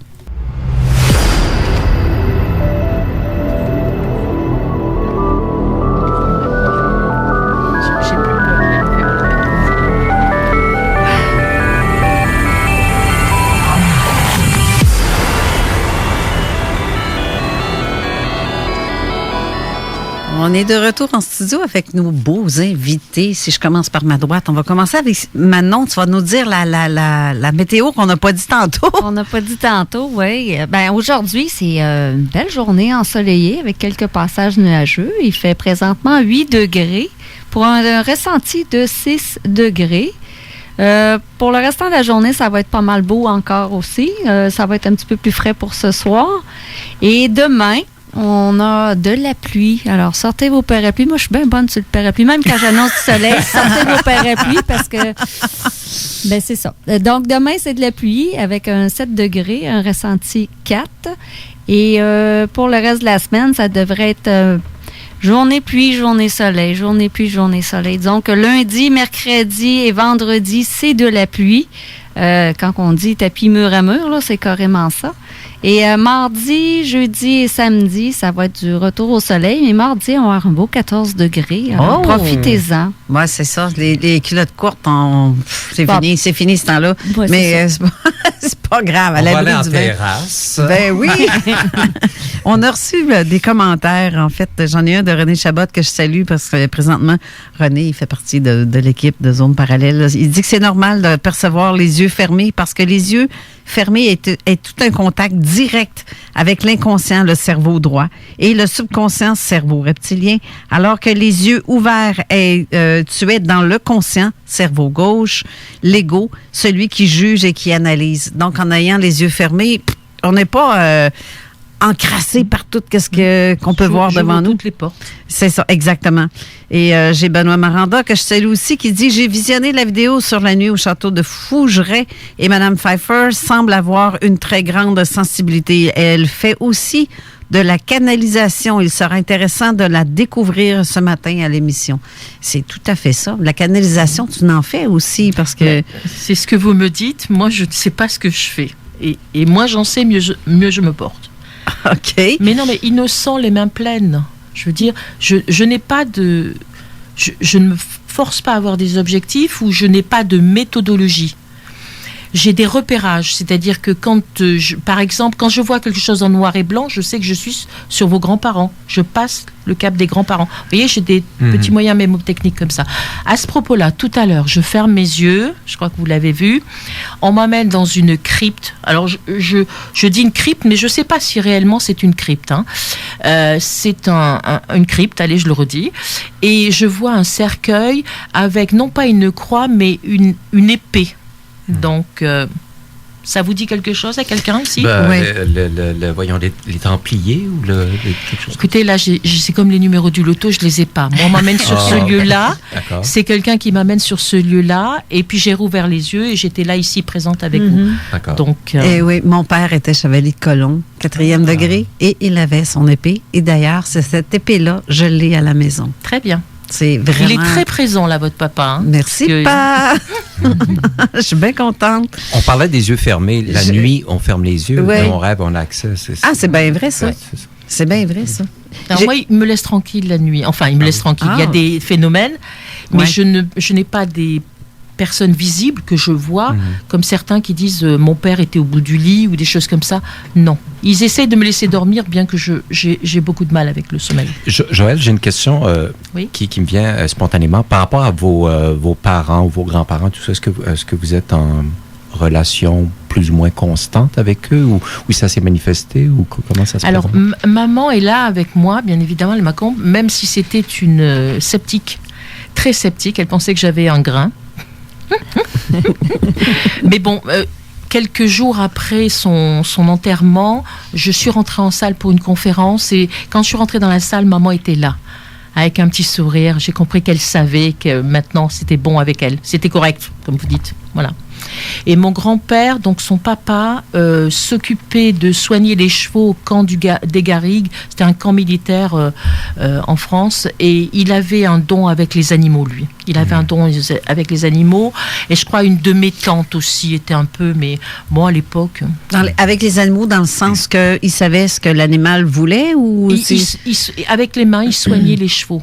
Parce que à l'époque encore, il y avait les zones militaires à cheval. Donc, il soignait les chevaux, lui. Mais il soignait les bêtes aussi, les moutons, les choses comme ça. On venait le chercher pour ça. Voilà. OK. Mais donc, une personne qui est très sensitive puis qui est capable de ressentir quelqu'un, peut toucher quelqu'un. J'avais un ami comme ça qui est aujourd'hui décédé. Il pouvait arriver dans mon dos, mettre la main, juste longer ta douleur à tel endroit. Il pouvait savoir si j'avais un problème physique. Ce que j'appelle un scannage. Oui, alors, et voilà. Moi, quand ça a débuté par certains trucs, et notamment après, je suis passée au niveau des mains. C'est-à-dire que je sentais qu'il y avait quelque chose qui me brûlait là, et puis des espèces de picotis. Vous voyez, là, je suis là, mais ça picote, parce que l'espace, il y a des espaces, là, j'ai un peu de mal. Hein, bon. Enfin, pour les traverser. Bon. Mais quand je scanne les gens, il m'arrive effectivement, quand j'ai pas l'information, je mets la main au-dessus d'eux, sans les toucher. Je ne les touche pas. Et je les scanne, effectivement, et je m'arrête à l'endroit, effectivement, j'écoute, où effectivement j'ai la réponse. Je sais qu'il y a une cicatrice, je sais qu'il y a un foie qui est un petit peu au niveau des reins, enfin j'arrive à le savoir. Et je brûle les psoriasis, les verrues, les choses comme ça. Voilà. Mais on m'amène beaucoup moins de personnes pour ça. Je suis beaucoup plus en contact pour ce que vous appelez la médiumnité. Donc je me laisse faire pour l'instant. Okay. Voilà. Ah, ben tabarouette. Et là, j'ai une question justement de Lorraine tantôt, qui, comme je disais, je ne l'ai pas lu en ondes, hein, je l'ai dit avant, je pense. C'est pour être sûr que je ne veux pas radoter. Lorraine, salut Lorraine en passant. Il y a des endroits où est-ce que, comme elle parlait pour l'île d'Orléans, elle disait que c'est un endroit magique, mais aussi que la Grosse-Île était un endroit très négatif, effectivement, parce que plusieurs y sont décédés de maladies. Donc, c'est pas très... il y a une imprégnation énergétique qui se fait au niveau de lieux comme ça. Je veux dire, quand les gens sont... C'est comme quelqu'un qui rentre dans un hôpital puis qui dit « Oh mon Dieu, je me sens donc bien pas bien », mais c'est normal. Je veux dire, il y a tellement de souffrance au niveau des hôpitaux, la douleur, que ce soit douleur physique à la base, une douleur émotionnelle, quand vient le temps d'une personne qui est en phase terminale, des accidentés, un salon funéraire, tout le monde pleure. C'est sûr que c'est imprégné. C'est terrible, c'est terrible, ça. Les églises sont imprégnées de désespoir parce que on va prier à l'église, on demande souvent une rédemption, que nos péchés soient pardonnés. Quelqu'un qui est en recherche de pardon, c'est ce qui traîne comme sentiment, c'est quelque chose de lourd aussi à porter. Donc, c'est des lieux qui sont chargés des émotions, des énergies que des propres personnes ont projetées dans un but d'être entendues, dans un but d'être écoutées. Que ce soit des lieux qui ont eu de la violence ou des... C'est un appel à l'aide énergétique. Quand on projette ses émotions, c'est parce qu'on veut que quelqu'un les reçoive. C'est être ça. Compris là-dedans. Fait que il y a certains lieux comme ça qui peuvent être difficiles. À contrario, je me souviens d'être allé à quelques reprises au Mont Mégantic. Donc, si on mélange les lettres, c'est le mot magnétique, mais c'est extrêmement fort, cette montagne qui était une montagne sacrée pour les Amérindiens. Et il y a une énergie, et ça ressource, ça énergie, c'est incroyable. Il y a vraiment des lieux qui sont très, très forts. Ça énergise, si vous êtes capable, effectivement, de recevoir. Ça peut, effectivement, faire basculer aussi de l'autre côté. Oui. Dans quel sens? Il faut faire attention. Je pense qu'il faut être capable de recevoir. Il faut être capable de recevoir. Il y a des énergies de lieux qui sont très, très fortes et très... Parce que, justement, il s'y est passé des choses effroyables où il y a une mémoire certaine. Mais si vous n'avez pas la capacité, si vous n'êtes pas en capacité de cohabiter avec cette énergie-là, effectivement, ça vous déstabilise. Oui. C'est comme le Mont Saint-Hilaire aussi, qui est très... bien sûr. Mais ça, il y a beaucoup d'observations d'OVNI dans ces lieux-là aussi. Je ne sais pas si le phénomène OVNI vous dit quelque chose, si ça vous parle aussi, parce que c'est... Moi, je pars du principe, je me dis que quelque part, nous avons été déposés par des gens qui venaient d'ailleurs, et on est en expérimentation. Vous le voyez comme ça? Moi, je le vois comme ça. Comme plusieurs, d'ailleurs, le voient comme ça. La Terre est une école. Moi, je le vois comme Exactement. ça aussi. J'avais beaucoup aimé, quand j'étais beaucoup plus jeune, un feuilleton qui s'appelait Stargate. J'y fais surtout référence quand je parle de ce passage dans le couloir. J'aime à penser qu'on passe la porte des étoiles. Ouais. Voilà, et ils nous ont dompé ici, puis envoyé. Mais en fait, tantôt, vous avez parlé de notre amie Carole, notre amie commune. Et quand elle est décédée, je lui avais demandé quelques semaines après, qu'est-ce que tu vois, Carole, de l'autre côté? Dis-moi-le, montre-moi-le dans les rêves. Puis elle me parlait qu'elle voyageait à travers un tube et elle a prononcé vraiment le mot tube. C'est rond, c'est ce que je dis, c'est rond. C'est ça. Mais sauf que moi, dans ma tête, j'appelais ça le tunnel, mais elle appelait ça un tube. Un tube, oui. C'est la première fois que je l'entendais prononcer ce mot-là comme ça pour définir ça. Et elle disait qu'il y avait des orbes, tout le tour, c'était des grosses boules de lumière qui suivaient et elles passaient rapidement d'un endroit à l'autre par là. Ça n'a pas de ça n'a pas de fin. On dit que c'est rond, moi je le vois rond, mais ça n'a pas de fin dans le sens où si je peux toucher en disant tiens, je vais pas plus loin. Donc ça a une consistance un peu particulière, c'est noir à un moment donné, c'est noir parce que moi quand effectivement je vois des gens partir, par exemple quand je suis en consultation, je sais que la personne en face de moi va perdre quelqu'un parce qu'effectivement, ça m'est annoncé. Je vois effectivement le défunt de dos, comme je vois arriver les défunts qui passent à travers cette porte-là et qui reviennent. Je dis, tiens, il y a votre maman qui est là, tiens, une personne comme tout à l'heure. Donc, ils passent, ils font le nécessaire. Vous savez, quand mon conjoint est décédé en 2005, juste avant, la veille, j'ai vu ce tunnel. Je suis bien réveillée, là. Je suis même très inquiète parce que je sentais que ça approchait. Qu'il allait arriver quelque chose. Ça faisait 6 mois que je le sentais. J'en ai même pleuré 6 mois auparavant. Puis ma sœur, justement, Hélène, qui me dit c'est que t'as là, je sais pas, ils viennent chercher Georges. Je sais qu'ils s'en viennent de le chercher. Je le ressens tellement fort. Bien sûr. Mais la veille de son accident, j'ai vu ce tunnel-là et j'ai vu des êtres lumineux en sortir.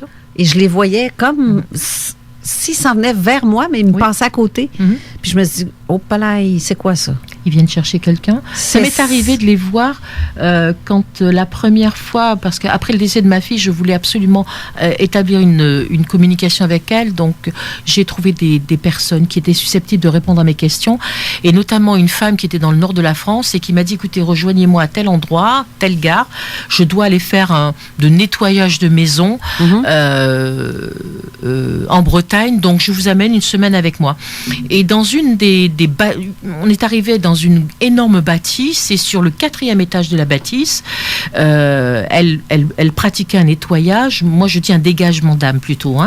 C'est pas trop joli comme truc, mais c'est plutôt un dégagement d'âme, selon moi. Et donc là, j'ai vu pour la première fois ce que vous appelez des êtres de lumière qui arrivaient. Ils sont grands, très grands, avec des toges. Ils n'ont pas d'yeux. Ils n'ont pas des yeux, ils n'ont pas de bouche, mais je voyais leurs yeux et leur bouche, mais je sais qu'ils n'en ont pas, ils n'en ont pas besoin. Et ils arrivaient avec des brancards sur lesquels, effectivement, il y avait des gens qui étaient là bien vivants, puisqu'ils me regardaient et me parlaient, mais ils étaient je pense qu'ils venaient de mourir physiquement, ils venaient de mourir dans cet espace, dans notre espace, et ils les amenaient. C'était une porte, en fait, comme à Fougeray, à un moment donné, c'est une porte. Je dis que je vois 2 piquets, et c'est une porte pour moi, c'est parce que je vois des êtres de lumière qui arrivent et qui passent. Je les vois très souvent, ces gens-là. Okay. Je dis des gens parce que pour moi, ils sont... Je peux pas imaginer que je suis folle, en tout cas. Ah ben là, en tout cas, si vous êtes folle, on est une méchante gang. Autour de la table, on l'est tous. Nous sommes fort nombreux. Ouais, je dis autour de la table, mais même à l'extérieur de la table. je pense à Jean et Christine. Non, c'est sûr que ça peut pas... Je pense que les gens ont commencé à comprendre justement le fait que tout est une question de vibration. Oui. Tout est une question d'eau, de vie. C'est ça, la vie, en fait. Sauf qu'on est trop... C'est drôle, pas triste, parce qu'hier soir, on en discutait de ça, la vie. C'est comme si on est tellement cadré, on ne voit pas plus loin que... Le mode rationnel, le mot le dit, on est dans la ration, dans une définition. Donc, il y a une rigidité. Le mouvement ondulatoire est bloqué par ces concepts très, très cartésiens, très, très définis, alors que la vie est impermanence et mouvement, essentiellement. Donc, alors, on se réfère à ces modèles-là en se disant, c'est ça la réalité, mais la réalité, plus c'est dense, plus c'est rigide, mais plus c'est lourd et c'est coincé. C'est très compact. Et plus on prend à chaque décision qu'on prend, le parcours change. Oui. L'histoire se réécrit. C'est des propositions. Moi, je dis souvent, on est, vous savez, sur des grandes routes comme ces routes américaines, les grandes et larges routes, et il y a des petites ruelles qui n'existent pas, bien sûr, mais moi, je vois des petites ruelles, et chaque fois que vous empruntez une ruelle, c'est votre libre arbitre. L'histoire, c'est comme si on se renversait, qu'on est dans un autre... et l'histoire se réécrit autrement. La perspective est différente. Le regard change. Exactement. En fait. Mais moi, je vois le résultat. Oui. Donc, je me dis, c'est peut-être pas tout bon, mais j'interviens simplement quand je vois qu'il y a un accident qui va arriver ou quelque chose comme ça. Si je le vois, je le dis. Voilà. Donc, sinon, je laisse faire les gens. Donc, vous voyez un avenir dans pas seulement que de voir la personne décédée. Je me suis aperçue qu'effectivement, je vois le passé, mais les passés, pour certains, puisque je revais loin, je suis capable d'aller loin. Je me rappelle, j'étais en vacances chez des amis en Grèce, et j'étais sur le bord de la plage. Il faisait chaud, certes, mais bon, mon mari était dans l'eau, mes amis étaient là allongés à se faire bronzer, on était tout seuls. Et à un moment donné, je dis Amédée. Alors, nos amis qui étaient là me disent Amédée, tu as dit Amédée? Je dis oui. Il me dit c'est mon grand-père. Mon grand-père s'appelait Amédée. Je lui dis Madeleine, tu connais une Madeleine? Il me dit c'est ma grand-mère. Très bien, parfait. Il me dit est-ce que tu peux remonter plus loin? Je lui dis ça je sais pas, j'ai jamais fait. Mais je dis, on essaye. Je mets mon truc de bain là sur moi, je m'assois sur la plage et puis toute seule, j'essaye de faire ma grotte et puis je redescends. Puis tout d'un coup, je me relève, je dis écoute, c'est bizarre parce que j'ai l'impression que je suis sur un cheval, il y a des étendards, il y a des gens qui se battent, ça te parle. Et il me dit tu m'intéresses, continue. Alors je réessaye. Wow. Et puis, j'ai de plus en plus chaud, mais très chaud. Normal, je suis en Grèce, au bord d'une plage. Mais j'ai anormalement chaud. Bon, je dis, écoute, je peux pas là, j'ai jamais fait, donc je sais pas, je peux pas. Je remonte chez eux, je dis, je remonte. Je vais prendre une douche, et puis ils me rejoignent avec mon mari. On passe à table, et à table, je mangeais, et puis tout d'un coup, je vois une dague. C'est une dague, une épée. Je dis une dague, une épée. Il me dit continue, vas-y, continue. Et il dit à sa femme tais-toi. Et donc je continue. Et puis je sais pas, je voyais pas plus que ça, mais le repas se passe et je sentais palpable son attente. Il était là, frétillant. Il dit elle va me le dire, elle va pas me le dire. Et je me dis c'est pas possible. Et donc à la fin du repas, je me lève.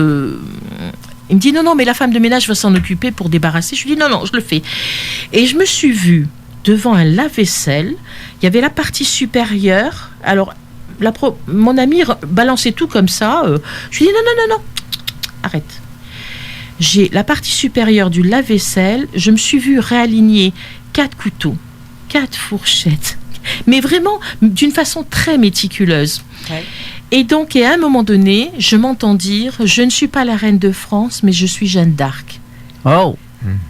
Et là, nos amis, notamment mon ami, s'est arrêté. Il m'a dit « Est-ce que tu peux répéter ?»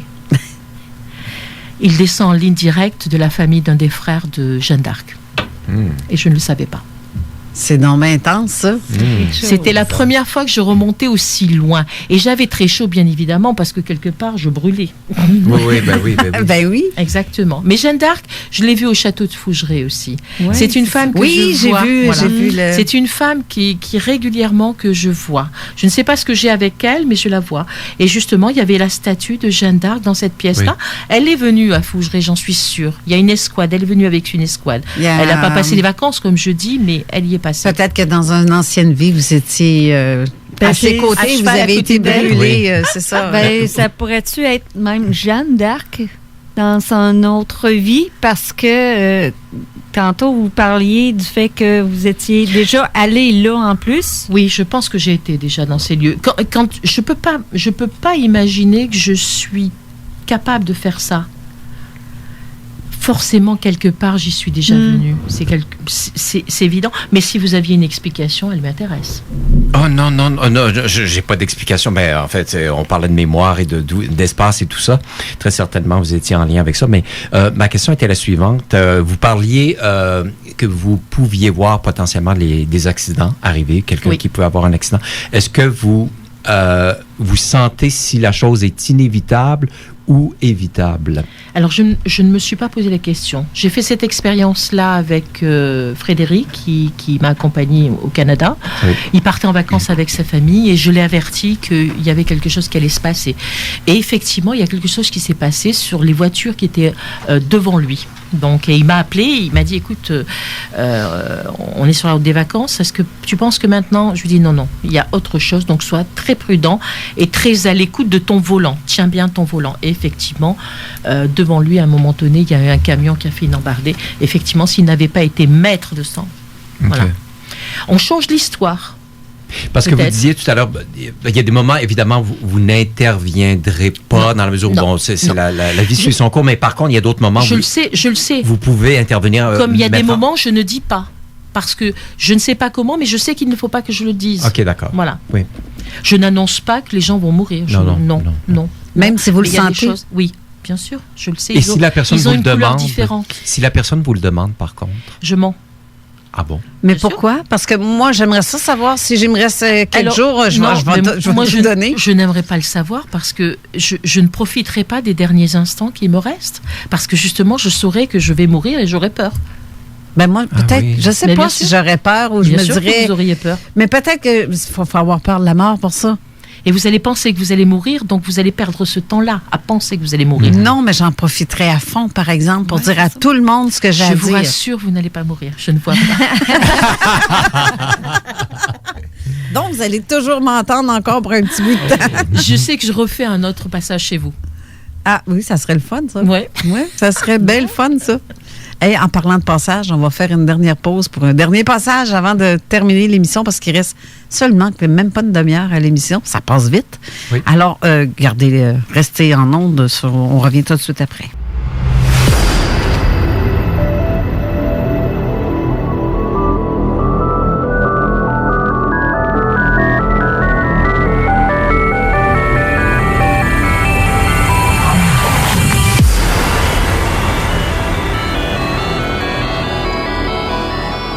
Joël Pfeiffer, j'ai su que, justement, on vient de me confirmer que vos conférences, c'est terminé ici à Québec. La dernière était hier.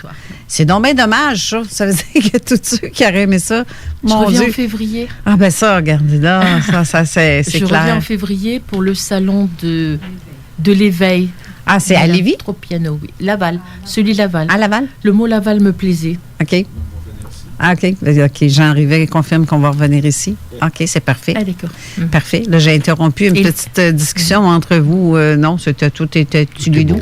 Tout était beau. Non, je lui ai confirmé ce qu'il savait déjà, de toute façon. OK. Parce que c'est ça, durant la pause, vous aviez traficoté quelque chose, tous les deux. J'ai besoin d'une information. Oui, c'est ça. OK. C'est rentré. Le fax a passé. Oui. Moi, j'aurais une petite question pour Nédili. Excuse-moi, un petit blanc qui vient de passer. Justement, je veux parler de couleurs par rapport à pratique la magie dans le Wicca. Et il y a la magie noire, la magie blanche. Ça se trouve être quel type de magie que tu...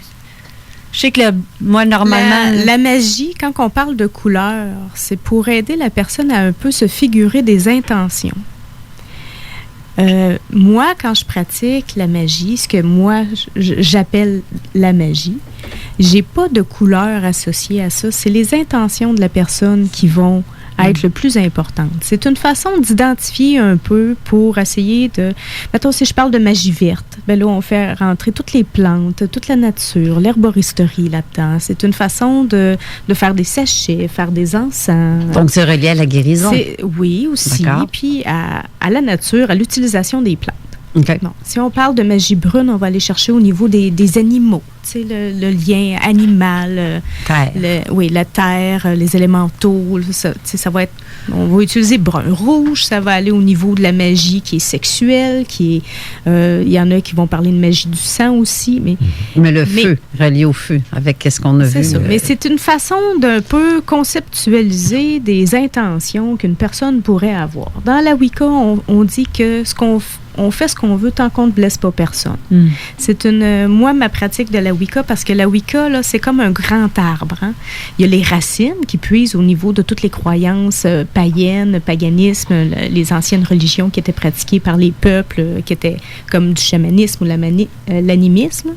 Tu as le tronc, hein, qui a été comme érigé par Gerald Gardner en Angleterre en 1950, quand il a établi un peu les fondements de la Wicca, que ce qu'on fait peut nous revenir par 3 fois, qu'on fait bien, on fait ce qu'on veut tant qu'on ne laisse pas personne. Puis là, après ça, tu as les branches qui ont poussé. Hein? Fait que moi, je suis une des branches. Okay. Moi, je pratique l'éclectisme. Donc, j'ai pas eu de professeurs qui m'ont enseigné. J'ai commencé quand j'étais toute petite à m'intéresser à la nature, à l'astronomie, à l'astrologie, aux cristaux, aux plantes. D'instinct, j'avais une connaissance, une mémoire qui se réveillait quand j'étais petite. De savoir que si je mâchouillais du plantain puis que je mettais ça sur une piqûre de maringouin, ben ça allait arrêter la démangeaison. J'avais pas lu de livre médicinal encore là-dessus. Et c'est après que, quand on grandit, qu'on commence à avoir accès à des ouvrages, que là, je me suis aperçue que le plantain a cette propriété-là anti-prurigineuse, qu'on peut mettre au niveau des piqûres d'insectes. C'est là que je me suis dit que, je faisais ça d'instinct. Fait que c'est ça, c'est des mémoires que j'avais probablement ou qui me sont revenus. Sans savoir. Donc, j'aime bien ce que tu dis parce que les gens pensent tous que c'est de la mauvaise herbe et au contraire. c'est très bon. C'est ça. Fait que la Wicca, c'est très nouveau dans le monde en tant que tel, mais ça a des fondements plus anciens. Des choses qui ont perduré à travers le temps, qui ont survécu à la chasse aux sorcières, des connaissances qui se sont passées un peu de génération en génération, mais en restant un peu dans l'ombre. Et là, quand on parle du livre des ombres, comme on l'appelle, c'est pas le livre sombre ou néfaste, c'est le livre du mystère, c'est de ce qui est tenu un peu et qui perdure à travers le temps, mais qui reste en même temps caché. OK. Oui, c'est un peu... En fait, c'est ça, c'est l'instinct de... Tu sais, notre cœur d'enfant. On a toutes les connaissances. Quand on est enfant, on est dans l'ignorance. Les enfants ont encore leurs portes ouvertes. Exactement. Quand ils naissent. Mais on est dans l'ignorance de tout ce qu'on nous apprend et qu'on nous met dans le coco, qui nous fait oublier qui on est en réalité. Mais sauf que si toi, tu découvres ça depuis que tu es enfant, c'est que tu as toujours été une personne très ouverte et très sensitive. Oui, mais tout l'aspect aussi spirituel. Je veux dire, j'ai été catholique, là, je le suis plus parce que j'ai fait mon apostasie. Mais j'ai étudié, j'ai lu, j'ai eu un cours au cégep sur les 5 grandes religions. Le phénomène religieux est quelque chose qui m'intéresse, qui m'interpelle. Parce que l'humain, on dit, bon, la vie, ça vient d'où? On peut redescendre à Darwin et la division cellulaire et remonter au Big Bang. Oui, mais il reste le pourquoi. Effectivement.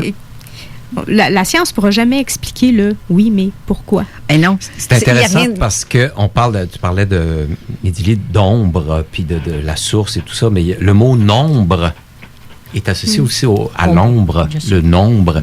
Donc, ce sont des symboles aussi, les nombres, qui révèlent ou qui portent en eux aussi différentes informations. Ça m'a toujours fasciné, la résonance des mots comme le mot imite et limite. Se limiter à imiter les modèles. Tu sais, la langue française, entre autres choses, est pleine d'informations. Quand on va au-delà du sens initial, puis on va plus loin. Puis on va au-delà du mot, en fait. Au niveau de la langue des oiseaux, tout ça. Exactement, la langue des oiseaux. Moi, je dirais qu'on est une partie du divin.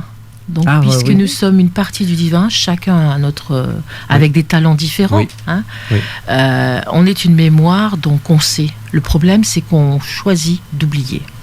Mais j'ai une question à vous deux, mes chers invités, mes invités, mesdames. Est-ce que vous avez vécu, vous, dans votre enfance, une tragédie ou peut-être EMI? Une expérience de mort imminente. Est-ce que vous avez vécu quelque chose de très traumatisant? Non, pas moi. Non? Alors moi, j'en parle dans un livre que j'ai écrit, et d'ailleurs, j'aimerais bien qu'il soit édité au Québec, mais bon, on va voir si effectivement la Providence m'aide sur ça. Je décris quelque chose qui pourrait s'apparenter à Néhémie, mais je n'ai pas été plus loin que cette lumière-là. J'étais enveloppée dans une voiture complètement compressée dans laquelle on m'était rentré en feu et je ne voulais pas en sortir parce que j'étais particulièrement bien. J'étais particulièrement enveloppée dans quelque chose que je ne comprends toujours pas, bien évidemment, qui était, qu'on dit de lumière, qui était acier, qui était, vous savez, comme quelque chose de très ouaté qui vous enveloppe et qui vous dit que de toute façon, vous ne devez pas avoir peur. C'est comme ça. Vous aviez quel âge à ce temps-là? J'avais 21 ans. Est-ce que vous aviez ce côté médiumnique en vous? J'ai toujours été intuitive, mais dans un milieu familial où maman, c'était pas possible. C'était juste pas possible. Dis pas ça, tu dis des niaiseries, là. Fais pas ça. Non, elle sortait d'un couvent. Elle avait été élevée dans un couvent. Donc, bon, ceci étant dit, c'est vrai qu'après le décès de papa, elle m'a eu avoué qu'effectivement, quelquefois, je l'interpellais. Elle pensait bien que j'avais raison, mais bon, voilà. Est-ce que tes capacités ont augmenté après cet accident-là? Alors, non, c'est pas qu'elles auraient peut-être voulu augmenter, mais je n'ai toujours pas compris. J'ai vraiment compris au décès de mon enfant, avec cette volonté de vouloir communiquer avec elle. Voilà. Sinon, j'étais toujours, vous savez, je rencontrais des gens, je dis tiens, il y a ça, ou tiens, il y a vous voyez, on crâne un peu, j'étais jeune, voilà. Est-ce que je peux vous demander de parler du décès de votre enfant? Oui. Est-ce que ça va? Vous pouvez en parler dans les circonstances dans lesquelles votre enfant... Alors, elle était diabétique insulinodépendante et elle ne gérait pas elle ne voulait pas. Depuis l'âge de 3 ans, elle avait du mal avec cette maladie. Elle avait été suivie par des psychiatres à qui elle disait en 2 secondes, est-ce que vous êtes capable de me guérir? Et la réponse était non. Elle m'a dit, nous n'avons rien à faire ensemble. Voilà. Donc, elle n'aimait pas sa maladie, elle ne l'acceptait pas et elle brûlait la vie par tous les bouts. Voilà. Mais un jour, ça n'a pas passé. C'est une maladie sournoise. On ne voit rien. On se dégrade petit à petit. Et un matin, elle ne s'est pas réveillée. Voilà. Mais quelque part, je crois qu'elle a pris l'option de ne pas se dégrader physiquement parce qu'elle était très attachée à son physique. Déjà, c'était difficile pour elle, justement, de vivre dans ce corps malade. Exactement. Qui ne lui donnait pas la jouissance d'être sur Terre. Là, puis une maladie qui était agressante, avec des piqûres incessantes, des dextros tout le temps. Donc, c'est vrai que quand elle a été détectée insulinodépendante, les médecins nous avaient averti que ça irait bien jusqu'à l'adolescence et que très souvent, à l'adolescence, effectivement, il y a de nombreux suicides. Il y a de nombreux, voilà. Oh. Mais je pensais, moi, personnellement, que j'avais un peu de temps encore avec elle. J'avais vu une voyante il y a très longtemps. Elle avait quel âge? Qui m'avait dit que j'allais perdre 25 ans. Ça fera 8 ans le 21 novembre. J'avais vu une voyante qui m'avait averti que j'allais perdre un enfant. J'en avais beaucoup voulu parce que j'avais vécu avec une épée de Damoclès au-dessus de la tête. Et quand j'ai eu mes 3 enfants, je me suis toujours demandé lequel. Mais j'ai compris à l'âge de 2 ans de Rachel que ça serait elle. C'est pour ça que vous ne voulez pas dire aux autres, annoncer le décès de quelqu'un d'autre? C'est ça qui a occasionné ça? Bien sûr. Vous savez, tous les jours, quand vous vous levez et que vous savez que vous allez perdre votre enfant, parce que quelque part, je n'avais aucune raison de ne pas croire cette femme, vous dire qu'effectivement vous allez perdre un enfant, je veux dire, c'est impensable. Non, ça doit être dur à dire aussi. Bien sûr. Je me dis, comment ça serait possible de regarder quelqu'un en pleine face, dans les yeux, puis de lui dire... Bien. C'est pour ça que moi, personnellement, je n'annonce pas ce genre de nouvelles. Je pense que je préfère effectivement vous récupérer après et vous aider à faire ce chemin d'acceptation et de résilience. Vous mettez même pas un genre de... un langage codé qui va dire non. Profite de la vie. Non. C'est si beau. Si tu connais-tu. Non, mais juste ça, là, dit de même. Non. C'est une façon subtile de dire profite de la vie parce que ton temps achève. C'est un code que vous allez comprendre, que votre inconscient lui va comprendre. Et à partir de là, c'est l'enfer, c'est un cancer. C'est en plein ce que j'allais dire. En fait, là, c'est que le danger, un danger, oui et non, mais c'est d'aller provoquer une peur chez la personne. Oui. Et cette peur-là, comme pour un accident de voiture, c'est la personne, si tu lui dis fais attention, tu vas avoir un accident. Bon, la personne va avoir tellement peur qu'au niveau de la route, elle conduira pas, elle va être toujours comme j'ai dit sois vigilant. Sois vigilant. Ou de nervosité, ou c'est ça, d'être prudent, d'être vigilant. Ça risque d'accentuer ce qui est redouté. Bien sûr. Voilà. Parce que votre conscient, lui, travaille. Hein? Oui. Et c'est lui le danger. L'inconscient, lui, qui est le plus fort, puisqu'en hypnose, on le sait, c'est l'inconscient le plus fort. Lui, il ne peut pas intervenir. Il ne peut pas. Il n'a pas le temps. Oui. OK. Puis, j'ai une question pour Nédilie. En fait, ça vient de Jacques Brochu qui me dit, je nommerai pas les noms, mais il y a des personnalités connues du public qui sont entourées de certaines personnes, dites sorciers, sorcières, et qui font des incantations probablement pour protéger ou pour aider. Est-ce que tu crois à ça, ce phénomène-là, que les gens puissent... le succès d'une personne connue peut être dû à... La personne fait son propre succès. Moi, personnellement, quand je pratique pour moi en premier. Okay. Ça ne sera pas fait au dénigrement d'une autre personne. Ça va m'aider à mettre en place mes mécanismes à moi pour aller rechercher ce que je veux vraiment. Ça ne sera pas fait au détriment de quelqu'un d'autre. Est-ce que, oui, certaines personnes peuvent... Quand on parle d'intention, je pourrais faire un rituel pour une personne, mais il va falloir que la personne mette du sien puis que ça vienne d'elle. Je n'irai pas entreprendre ou envoyer des énergies à une personne si je n'ai pas son accord, parce que c'est pas mon rôle. Il y a une autoresponsabilisation qui se fait à un moment donné. Une autorisation qu'on demande en plus. Oui, une autorisation, puis une autoresponsabilisation. C'est ma responsabilité. Si je me plante dans mon travail ou que je me chicane avec quelqu'un, ben il faut que j'aille voir, moi, qu'est-ce que moi j'ai fait de pas correct avant d'aller pour l'autre. Et ça dépend de la demande aussi. Mais oui, il y en a qui... Oui, si on parle des loges ou la... Ben oui. Parce que je me dis, est-ce quelqu'un qui a recours à ça, justement, la sorcellerie, ou qui envoie des sorts à quelqu'un pour que ça ne fonctionne pas, justement? Ça, c'est un petit peu méchant, par exemple. Tu sais, non, toi, tu ne réussiras pas, je t'envoie des sorts, et pour pas que cette personne-là... il y a des jeux de coulisses, c'est sûr qu'il y a des jeux de coulisses. Mais bien sûr, il y a du retour. Plus il y a de pouvoir, plus il y a du jeu de coulisses. Mais il y a peut-être par exemple, quelqu'un qui va passer un concours ou un examen, effectivement, en conscience, effectivement, on peut le porter. Moi, j'ai accompagné quelqu'un, une femme d'un certain âge, qui courait beaucoup et qui voulait être toujours au top. Voilà. Alors, effectivement, elle arrivait 2 heures avant, je la mettais sous hypnose et elle partait courir sous hypnose. C'est tout. OK.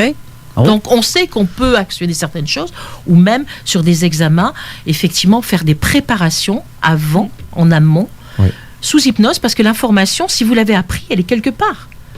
Simplement, il faut que le bibliothécaire arrive, qu'on fasse les présentations et qu'on dise, quand tu vas avoir une question, tu vas automatiquement, on met un clapet, c'est inconscient, tu vas demander au bibliothécaire d'aller chercher l'information. Ça, on peut le faire. Peut le faire. Alors après, une mauvaise intention, c'est vrai que des fois on a dit je vais le tuer ou j'ai dit je vais le tuer, je le hais, je vais le tuer en voiture, je dis mais bon, je sais que ça n'a pas d'effet parce que je n'ai pas ce pouvoir-là. Je pense qu'on n'a pas ce pouvoir-là. Je pense qu'on n'a pas. En même temps, il y a c'est parce que la personne est tellement dans son ego. De son dire oui, je vais avoir le dessus sur une autre personne, alors qu'elle oublie complètement l'autre personne. L'autre personne, elle a peut-être une très grande estime d'elle-même et qui est, tu sais, au niveau énergétique, est peut-être, tu sais, son bouclier est peut-être assez élevé, sa bulle qu'elle s'est fait, c'est tellement lumineux.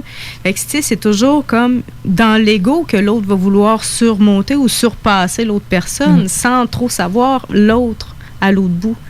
Et il faut savoir aussi faire un arrangement avec l'ego. L'ego, c'est bien aussi. Oui. Arrêtons de dire que l'ego, s'il vous plaît, c'est une vraie création divine, l'ego. Il faut quand même le nourrir un petit peu. Et quand vous avez affaire à quelqu'un, effectivement, par exemple, qui va rentrer sur une scène ou n'importe, pour lui donner... Il faut travailler, doser, effectivement, sur l'ego pour qu'il donne la meilleure, tout ce qu'il a de capacité en lui et tout ce qu'il a de talent pour effectivement. Mais ça ne veut pas dire que vous la valeur, l'estime de soi. Exactement, exactement. Donc, c'est en conscience. Ça va savoir ce qu'on veut faire comme travail. Soit on est des chicaneurs à travailler et puis à se faire beaucoup d'argent et à faire n'importe quoi, ou alors on travaille en conscience en se disant qu'on travaille sur l'humain. Donc, on n'a pas le droit de dire ou de faire quelque chose qui n'est pas bien ou bon pour la personne. Mais l'ego, c'est manifester ou déployer son côté unique, mais tout en étant relié à la vie et aux Exactement. autres. Donc, nous sommes tous uniques, faisons-le rayonner, mais au service de la vie et en étant au service du juste et du bien. Voilà. Pour le bien commun. Exactement. Il faut dire qu'il y a la loi du retour aussi. Ce que tu envoies à l'autre, c'est ça. Il y a des lois universelles dans la magie aussi. C'est jamais quand ni comment, mais ça te revient toujours. La loi de l'abondance, comme le secret, il y a la loi de similitude, puis il y a une loi de retour aussi. De correspondance, la loi de... Tout à fait. C'est vrai que, comme c'est justement ce que tu parlais tantôt, tout dépend de l'intention aussi. C'est ça. Là, je vais prendre l'appel parce que je ne sais pas si elle nous entend. Manon Poulin, est-ce que tu es en ligne? Manon, tu nous entends? Ben, ça a l'air que non. Elle a pas ouvert son téléphone. Parce que j'ai l'émission Vente fraîcheur tantôt qui va être justement en ondes dans quelques temps tout de suite après la nôtre. Maintenant, essaye de rappeler parce que ça marche. OK? Moi, je t'entends. OK, tu nous entendais? Parfait. Je fais dire rappel parce que ça ne marchait pas. Manon, ton émission aujourd'hui va avoir Vente fraîcheur va avoir lieu en direct du Château Bonne-Entente. Oui, c'est ça. Et ça, maintenant, ça s'appelle Hôtel Le Bonne-Entente. Ah, OK. Moi, j'ai tout le temps appelé ça le château encore. Ben oui, au cas où qu'il y en ait des plus jeunes que nous qui soient à l'écoute et qui cherchent chez vous le château, c'est l'hôtel de Bonne-Entente sur le chemin Sainte-Croix. Nous sommes en direct. Je suis là depuis 7h30 à peu près ce matin. Écoutez, c'est un super de beau congrès. c'est le premier congrès canadien syndrome du stress post-traumatique qui est ouvert à tous. Donc, venez nous voir. Il y a encore des conférenciers. Vous avez le temps de vous en venir à 14h30. C'est la conférence de Claude Simard. Claude est un ancien militaire. Donc, il va faire sa conférence J'en veux plus. Et à 15h45, ce sera la conférence de Jessica Heinz, qui est la fondatrice de ce fameux congrès-là, et que je vais recevoir également dans le cadre de l'Histoire inspirante aujourd'hui. Et on va en profiter pour vous parler un peu d'actualité aujourd'hui, mais on va également vous parler de différentes ressources qui sont là pour aider les gens. C'est particulier, les gens qui ont le syndrome du stress post-traumatique ont tendance à s'isoler, à penser qu'ils sont fous, à penser qu'ils sont seuls. Et malheureusement, au Québec, c'est pas comme ailleurs. J'ai parlé à quelqu'un qui venait d'Ontario ce matin, qui était ici au congrès, qui me disait, là-bas, on est tous diagnostiqués avec ce syndrome-là. Tandis qu'ici, au Québec, souvent, les gens vont se faire diagnostiquer comme un trouble d'adaptation ou un trouble anxieux, qui est totalement différent et qui n'est pas les mêmes services qu'on a besoin aux alentours. Donc, cet après-midi, parce que vous avez le temps, c'est jusqu'à 17h le congrès. Vous avez le temps de venir nous rendre visite, de nous dire coucou. Peut-être de saluer les gens à la radio, venez nous voir. Bien sûr. Notre kiosque tout près. Donc, restez à l'antenne, ça va être hyper intéressant. Bien, parfait, ça. Merci beaucoup, Manon. Alors, Manon Poulain, Vente fraîcheur avec Éric Pelot dans quelques instants. Je dirais dans à peu près 5 minutes. Je vous souhaite une bonne émission, mes amis. Merci. Bye. Bye, tout le monde.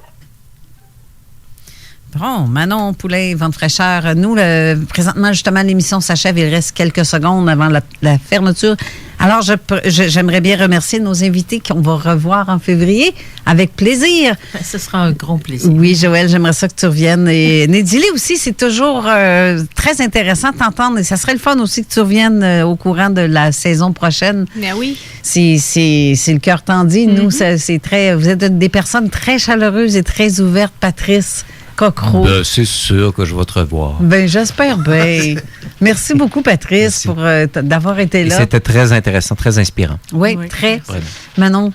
Manon Derry, merci. Oui. Merci beaucoup. Même si tu nous dis que la météo, c'est ça aussi. J'ai pas parlé beaucoup, puis j'ai pas annoncé trop de la bonne température, mais coudonc, je vais me reprendre un autre tantôt. Là. J'ai laissé la place à Patrice.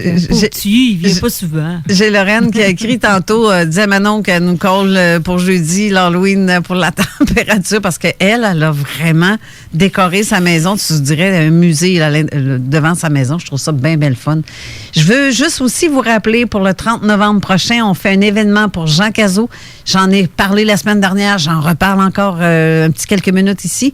Parce que Jean Cazot, on va souligner ses plus de 50 ans dans le domaine de l'ufologie. Et il le mérite vraiment bien. Il va avoir, je vais en parler un peu plus longuement la semaine prochaine ou dans 2 semaines, encore bien mieux, parce que je vais vous présenter qui va être conférencier pour cette journée-là. Mais Jean va être à la station pour cette journée-là.